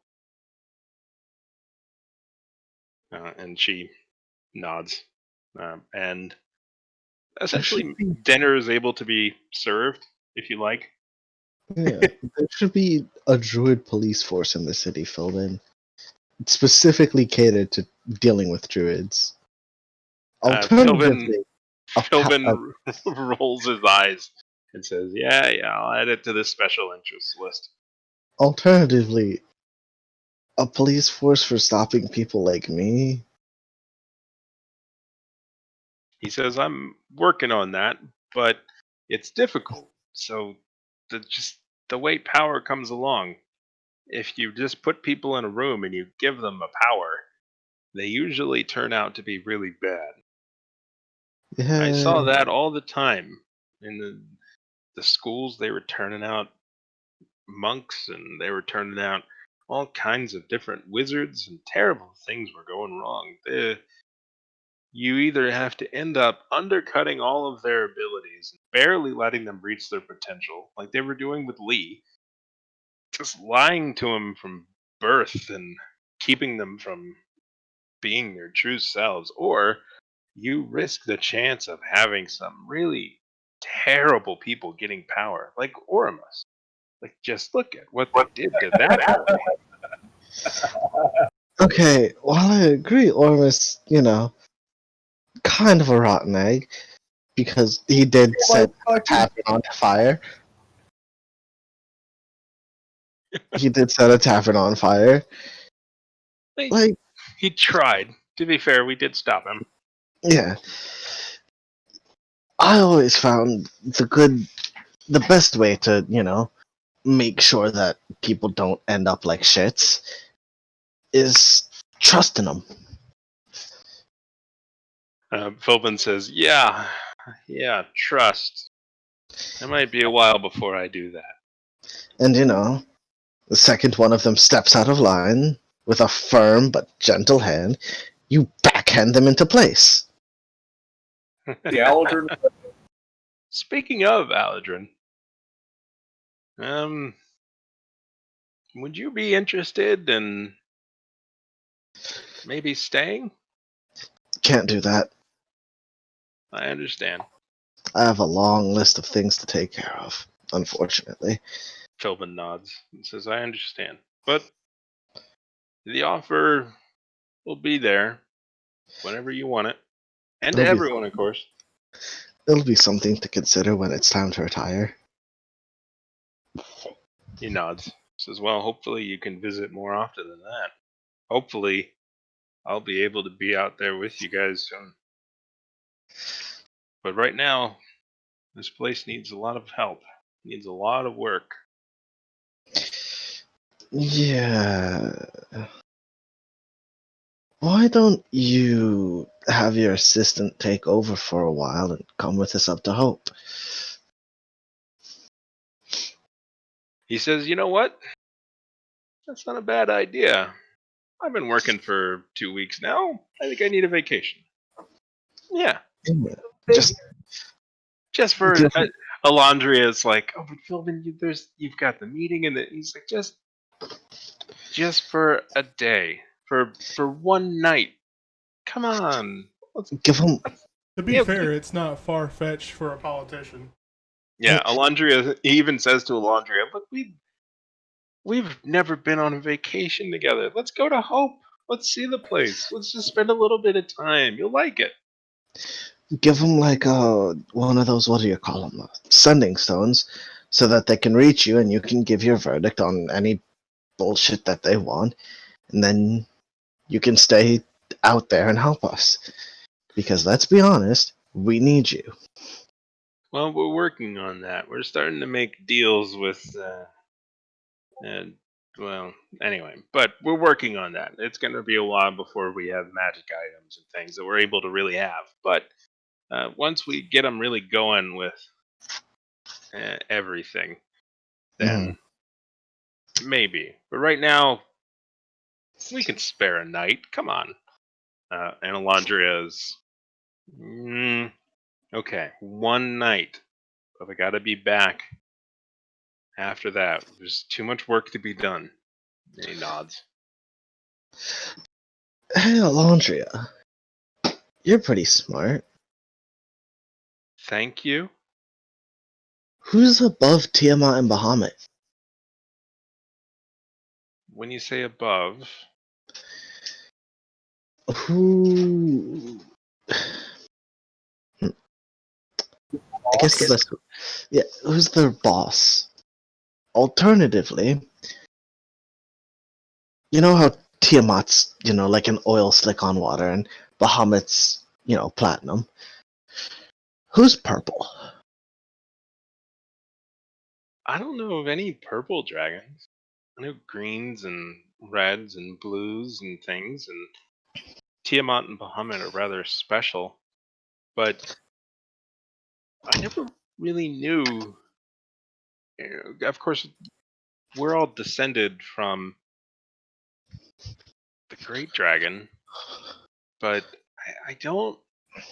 Do you? I've never heard of a purple dragon. Do you know what color this great dragon was? I really don't know. Of all the legends I've heard, of all the stories, I don't know what even Asgaroth looks like. Hmm. It's hard to imagine that he's purple. I always imagine him as, well, being gleaming white, but it might just be because I'm a white You're dragon gleaming. too. Yeah. I think we just kind of all see ourselves in him. Yeah. So, long story short, I think that there's something bigger going on here. I don't have any evidence. Except for, a gut feeling. And as we learned at one point, we should really trust my gut. Nodding. But I feel like both Tiamat and Bahamut are just wheels within the greater scheme here. As you look to Alondria and to Philbin to see how they're processing this, just out of the corner of your eye, you can just see Adira, who is just kind of sitting somewhat shyly.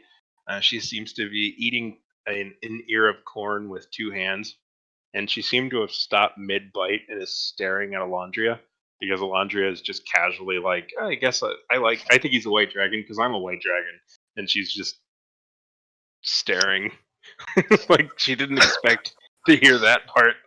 But anyway, you can Alondria and Philbin are listening, and Alondria says, "Every problem that I've ever heard of has been caused by Tiamat.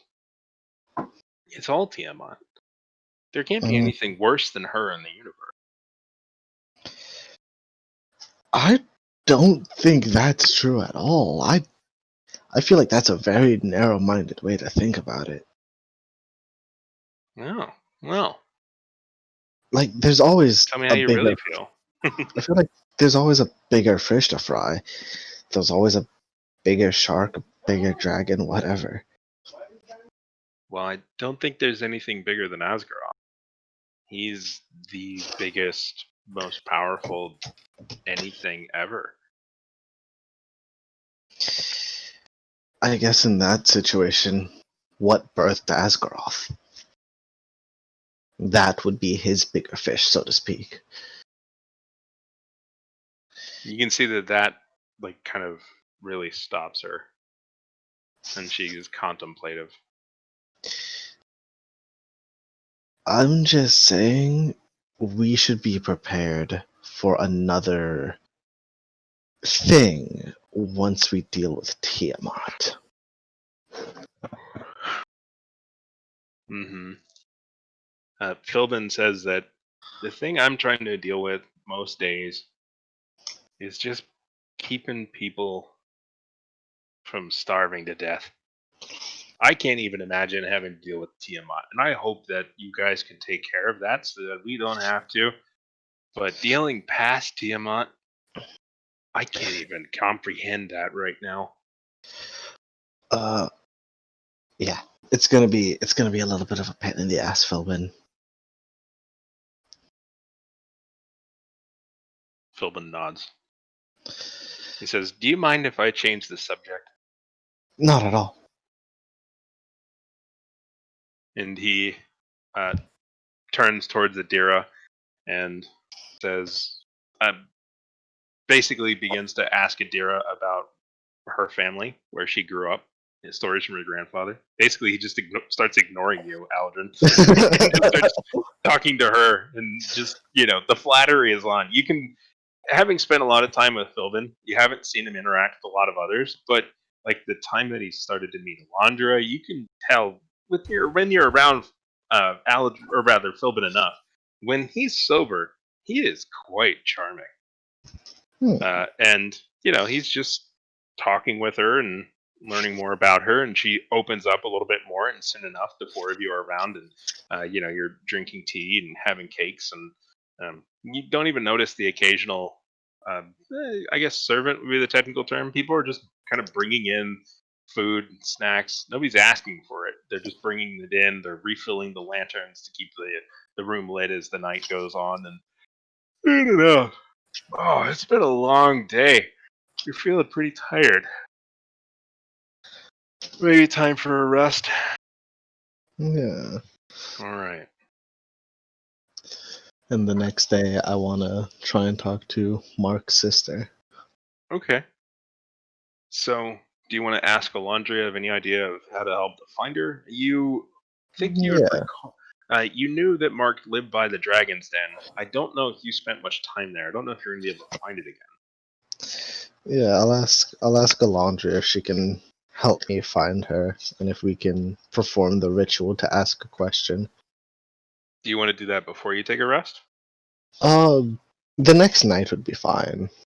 Well, do you bring it up before the next night, or do you just say Yeah. we'll do it in 2 days, Yeah, I'll like before you take the long rest? Yeah, I'll bring it up before we take the long rest. Okay. She'll actually say, "Oh, well, we have to do that at night. We should do it tonight. If we're going to be going to Hope, then you might not be able to come back tomorrow night." Oh yeah. Yeah, let's go. Let's ask the question. And she asks if Philbin wants to go with her, and Philbin says that he would, as mystical and amazing as it is, he actually needs to make sure to get a long rest. Otherwise, we're not going anywhere tomorrow. And there's giggles and there's a kiss exchanged. And do you bring along Adira? Yeah, I'll ask her if she wants to come with us. She will follow you to the ends of the earth. She has no idea where she's going or why, but she will follow you. So you head off the kind of a long walk, and in fact, you're offered a carriage as you come out, but Alondria declines. assuming you would want to decline as well. Yeah, I'll decline. Yeah. And you walk through the cities, or through the town streets. You can just see that there's quite a bit more stars tonight. It seems like there's more and more every night. And that's really good. Pretty good swath of the stars. Yeah. And you're able to, soon enough, find yourself in front of a house that has the windows boarded up, and there's some scratch marks on the door that look like they were made by a giant cat. And there's a little flicker of a light in a window on the second floor. And Alondria very quietly knocks, and then a little bit louder, and then waits, and then gives it a couple of good raps. And then soon enough, the door opens, and on the other side is, a girl that you haven't seen in a while. It is, of course, Ayara. And she is a bit surprised to see Alondria and you and some strange girl that is just strange, still staring at everything with her jaw dropped and amazed at the world around her. Anyway, but Ayara opens the door and asks what you want. I'll ask her if she feels okay with performing the ritual to ask a question. She nods, and she, starts putting on her shoes. And she'll go with you, and she'll say, "Is it okay if we just do it in the street, or do we need to go up to the Dragon's Den? Like, do you need it private, or?" No, this is fine. She nods, and she just kneels down in the middle of the street. It's, to be fair, it's rather late in the evening. You're not even sure how late it is. There's nobody really around. And she just looks up and she says, "What do you want to ask?" What is the purple glimmer that I see in the sky? What is the purple glimmer that you see in the sky? And she looks up and looks around at the sky too, and then looks at you and says, "That's the question." I assume I see it, like in the periphery. Just barely, yeah. It's still there with the with more light around you in the town. It is a fairly well lit area. It's still just barely there. Just barely there at the very at furthest away point in the sky. You can just see it. And nobody else seems to, have noticed it really. But yeah, you can still kind of see it. It's the dragon symbol all over again. Yeah, it's just that, but in the sky. I will add, as you were coming from the docks, you did see the still fading shape of a glowing dragon on the walls. It is all still there, and you can still see it. But it is faded a lot more, not being... Essentially, it's like an illusion that was painted on, but parts of it have fallen away. Imagine it's like a glow-in-the-dark paint, but it's been several months since anyone painted over it, so it's like chipping off and coming off, but you can still see a faint outline and etc. of a dragon pointing towards the Dragon's Den at various intersections, and you can still see it, and apparently not many others can. But she takes a deep breath, and she sorry, been too many deep breaths for characters. I'm yawning. I apologize very much. So, Adira looks up at the sky and asks, "What is the purple stuff that he sees in the sky?" She gives a light thumbs up, but like in a questioning way. Yeah, I'll give her a thumbs up and then just point in the general direction of where I see it. You just start pointing up at the sky in various kind of just in this area over here, this area. Yeah. And she nods and closes her eyes, and she says it again in a language that you have come to know as Draconic. And she is just kind of looking up, and time passes a little bit, a couple more minutes. Elandria just says, Elandria says to Adira, "Oh, it's quite a good show when it happens. Sometimes it just takes a little bit of time." And she nods, still watching it a bit confused. But soon enough, you see through the closed eyes of Elandria, almost like she's crying glowing milk. It's like this white, milky kind of glow that's coming out of her eyelids. And as she opens her eyes, it comes out as like tendrils, but ghostly, like energy. You know those balls that have like plasma in them, and you put your hand on them, and there's little connections of glowing plasma. You know those? Yeah, I know what you mean. Okay, imagine that, but the tendrils are white and they're coming out of her eyes. Huh. And she says in a noticeably deeper voice, a voice that you have always sort of associated as being through whatever is channeling the information that she is asking. And of course, she's wreathed in moonlight all around her. But anyway, she says,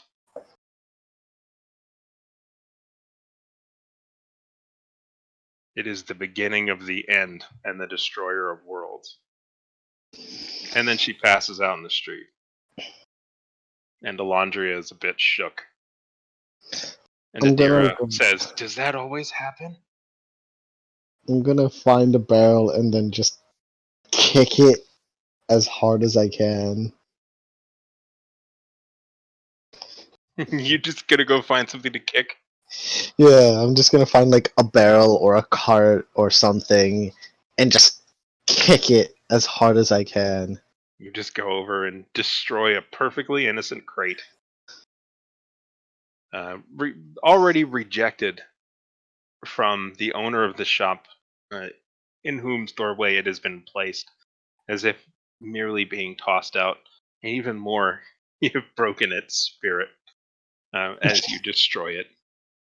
And Elandria is picking up Ayara and taking her inside.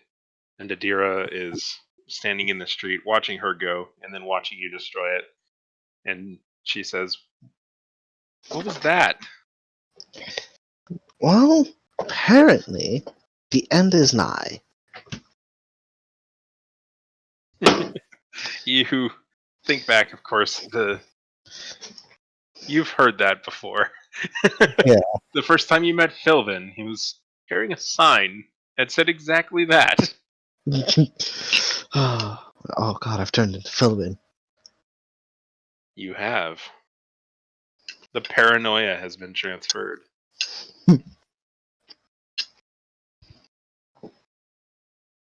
So, with this information, what would you like to do? Back burner, I guess, until we know more. Okay. Can't stop the end of the world if we don't know what's gonna cause it. Well, indeed. Yeah, I mean, the end is nigh. What else is new? Yeah. Yeah. Yeah. Thanks for the update. Yep. All right. So you head back, take a long rest. Yeah.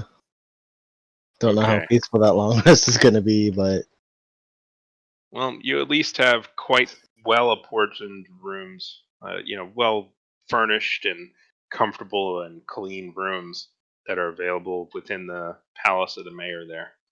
Do you get your own room this time? Yeah. Do you want your own room? I don't think Aldrin would mind sharing a room with Adira. He doesn't Alright. care one way or the other. Sharing a room it is, and she Yeah. continues to hog the bed and the covers. And by hog, the rest of us recognize as just aggressive cuddling. Yeah. But anyway, after having yourself a long rest, Well, we'll pick up that next time. Well, not next time, but we'll see how much time we have.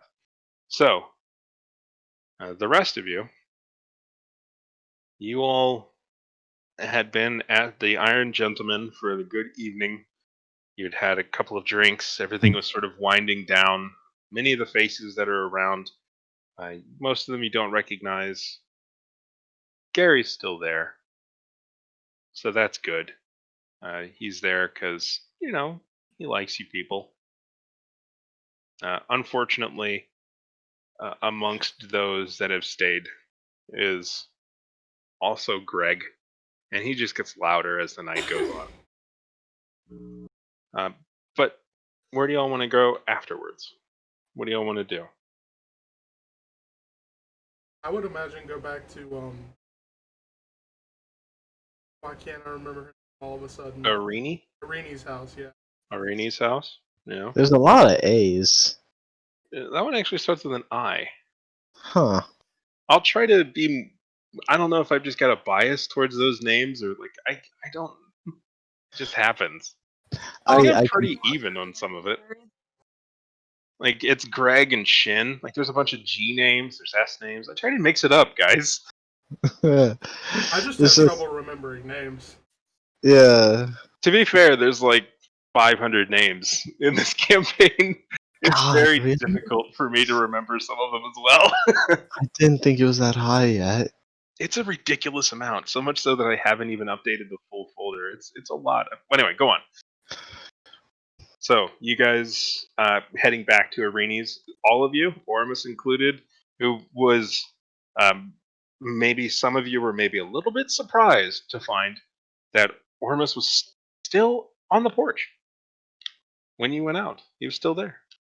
Molly's happy to see it, and she asks if he's going to go do his own thing or if he wants to come back with us. And she'll also ask Gigi if he wants to come along.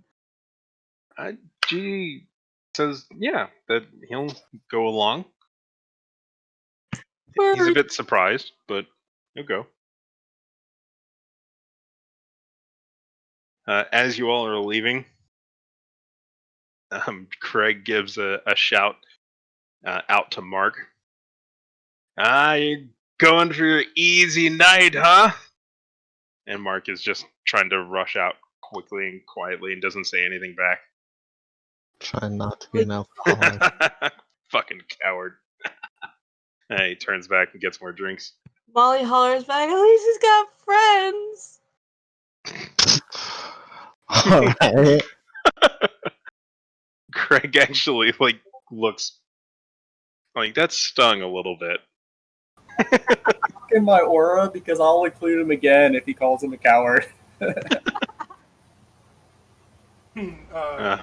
But yeah, he's certainly within your aura, yeah. All right, so you head back to Irini's. It's coming into the evening. Do you knock or do you just go on in? We should probably knock. Yeah, I would assume. That's fair. It is her house. So yes, you knock, and within a few moments, it's opened, and on the other side is Irini. And she just very quickly, who knocks? Who knocked? If nobody else did, I would have. Okay. If you're the first one that's in front of the door when the door opens, she'll very quickly, Molly Moore, just give you a big hug. And, oh, so good to see you guys, giving you one hug after the other. And you can see that inside is Zora, who seems to be drinking a tea. Oh, you're here! Oh, it's so good. She gives you all really tight hugs. And Zora says, wow, didn't think y'all were coming back. Well, why wouldn't we?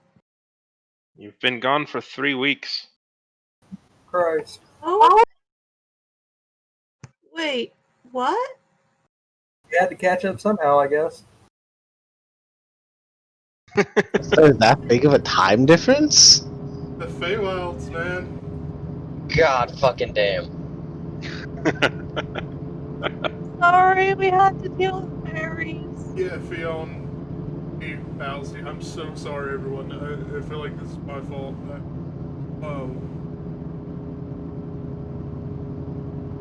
I mean, guess there's nothing we can do about it now. Also, we brought a guest, and she points up at Gareth. Gary kind of gives a light wave and says, "Hi, I'm Gary." And he shakes her hand, and she says, "Oh yes, I've seen you at the castle." He nods and says, "Yep, I've been there. Yep, yep." Puts his hands in his pockets. But everyone kind of crowds into the room here. You know, it's quite a few people to be in this relatively small area. And Arini is just nodding and saying, "I guess you guys want something to eat, or?" Yeah, I feel like I haven't eaten in weeks. She says, "I think I've got some stuff," and she will go to basically warming up a chunk of a loaf of the bulk of a loaf of bread and some various other things. She'll put out some vegetables and a bit of a cut platter. Just get some stuff out. And overall, again, in terms of seats, between all of you, you've got Fionn, Lee, Molly Mort, Oramus. Then there's also Zilra already there, and then Mark, Jacob, and then Arini. Like this is a party. This is a pretty full house. But she's offers what she can and puts Wait. on another pot of tea. Is Real here too? Do you ask or are you looking around? I'm looking around, and then if not, then I'll ask Zilra. You don't see Real, and Zora says, "Yeah, I think he needed some time." That's fair, he did die. You think Arini didn't know that part? And she goes, "He what?" Oh yeah, he used to be a drow like her, and she'll tell Gareth, oh yeah, how is, Moss? Moss, Rockfort. Peter Pete- Rockford? Yes. Yeah, Peter. Yeah. He's fine, I guess. He really likes having two eyes. Sometimes I swear I think I saw him put the patch on just for comfort's sake. But yeah, he's doing well. The criminals sure don't like that he can see now. He always used to bring people along to see. He used to constantly make the joke, "3 eyes are better than one," because he only had one eye. Yeah. He's good. Yeah, he's good. Good. It's awkward overall as everyone's just kind of sitting around, nodding, drinking the tea. So, what have you guys been doing since we've gone? Zora says that she got a job, and Arini says that she's just been working. I'm so sorry. Like I said, well, it is my fault. I did not. I'm so sorry, you guys. I would have given you more gold if I knew you were going to be gone that long. Arini says it's fine. I mean, you guys are adventurers. You go, you do stuff. It's fine. It's okay. If we've been gone 3 weeks, that changes things about the going to get the net. That means we pretty much have to do that immediately. And we also kind of need to be updated on where Morningstar is. Mm-hmm. Arini says, to be honest, it was kind of nice. Just, we were kind of enjoying it. Could have been worse. I'm glad you guys got along. They both nod. Arini says, so, I mean, I've got my bedroom. and Zill's in Mika's old room. I mean, you guys can take the floor, but we're kind of running out of a lot of room. Just stay at the end. Could you? Yeah. That'd be good. I mean, I don't mean to push you guys out, obviously, you know.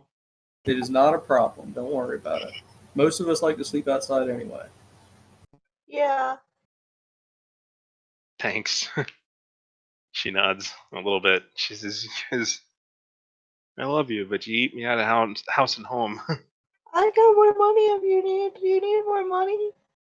No. It's okay. I wouldn't think of it. Plus the queen's been, reimbursing. It's okay. But Oh, okay. That's good, I guess.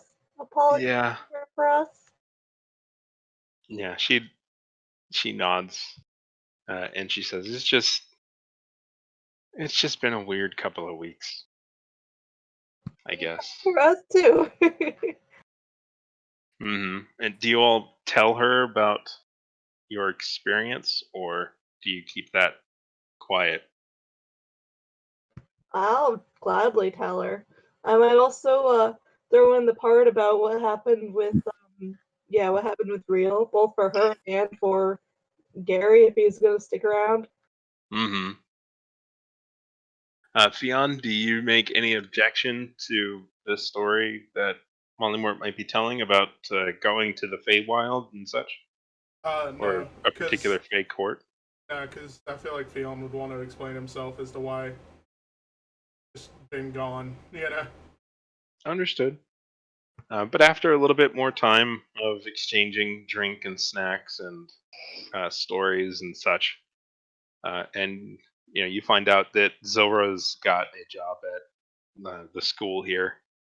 You don't know what she's going to be teaching, but she is seemingly working. Again, conflict, but so everyone want to head out and take a long rest, basically go to an inn, go to the cabin, go to wherever, just wander the streets. I would assume we'd go, like Lee said, we'd go back to the inn. Okay. Yeah, and obviously any of you that don't want to stay at the end don't have to, but Lee is not outdoorsy enough to sleep outside. I'll ask Gigi what he wants to do. He has a house. Yeah, he's like, I'm gonna go home. I'm kind of tired. I got work in the morning. Molly will offer to make sure he gets the Could Are say you that trying to again, adopt another NPC? Yeah. What did you say, What did he tell Molly? you about strays? Molly's gonna offer to walk him home. Try it one more time. When the noise comes through, your mic just cuts out. The background noises. Molly's gonna offer to walk him home, possibly in the form of a boar. he seems receptive to it until you're just like, I can be a boar. He's like, you're fine being a gnome. That's okay. Yeah, I would like a walk home. That's good. Okay, I'll tell the guys I'll meet them at the inn after we decide what inn we're going to. Okay. There are a couple of inns in the city. There was already one that you went to that basically Mark got kicked out of. Would you like to go back to that one? Mark might not be welcome. You could go to some of the nicer ones, maybe. You could also. You're probably welcome at least the queen side of the castle. You know that there is a survival bunker in the basement. There's of course the cabin on the lake. You could go to that. You have a lot of options.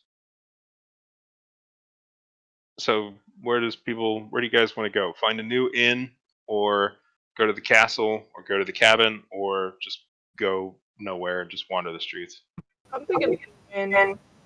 Huh? I'm thinking a new inn.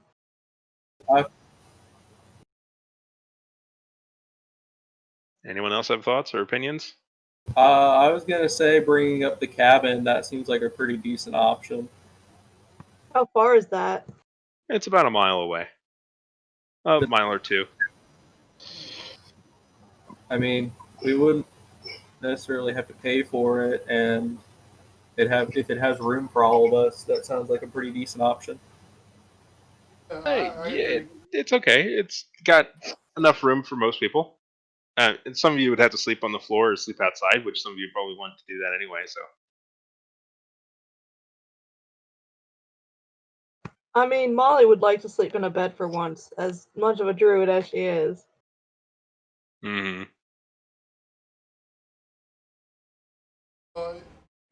Fiona's whatever. It's just like Lee said, the cabin we have to pay. Yeah, I'm fine with going to a new inn if you guys really want to, but I was just putting that out there as an option.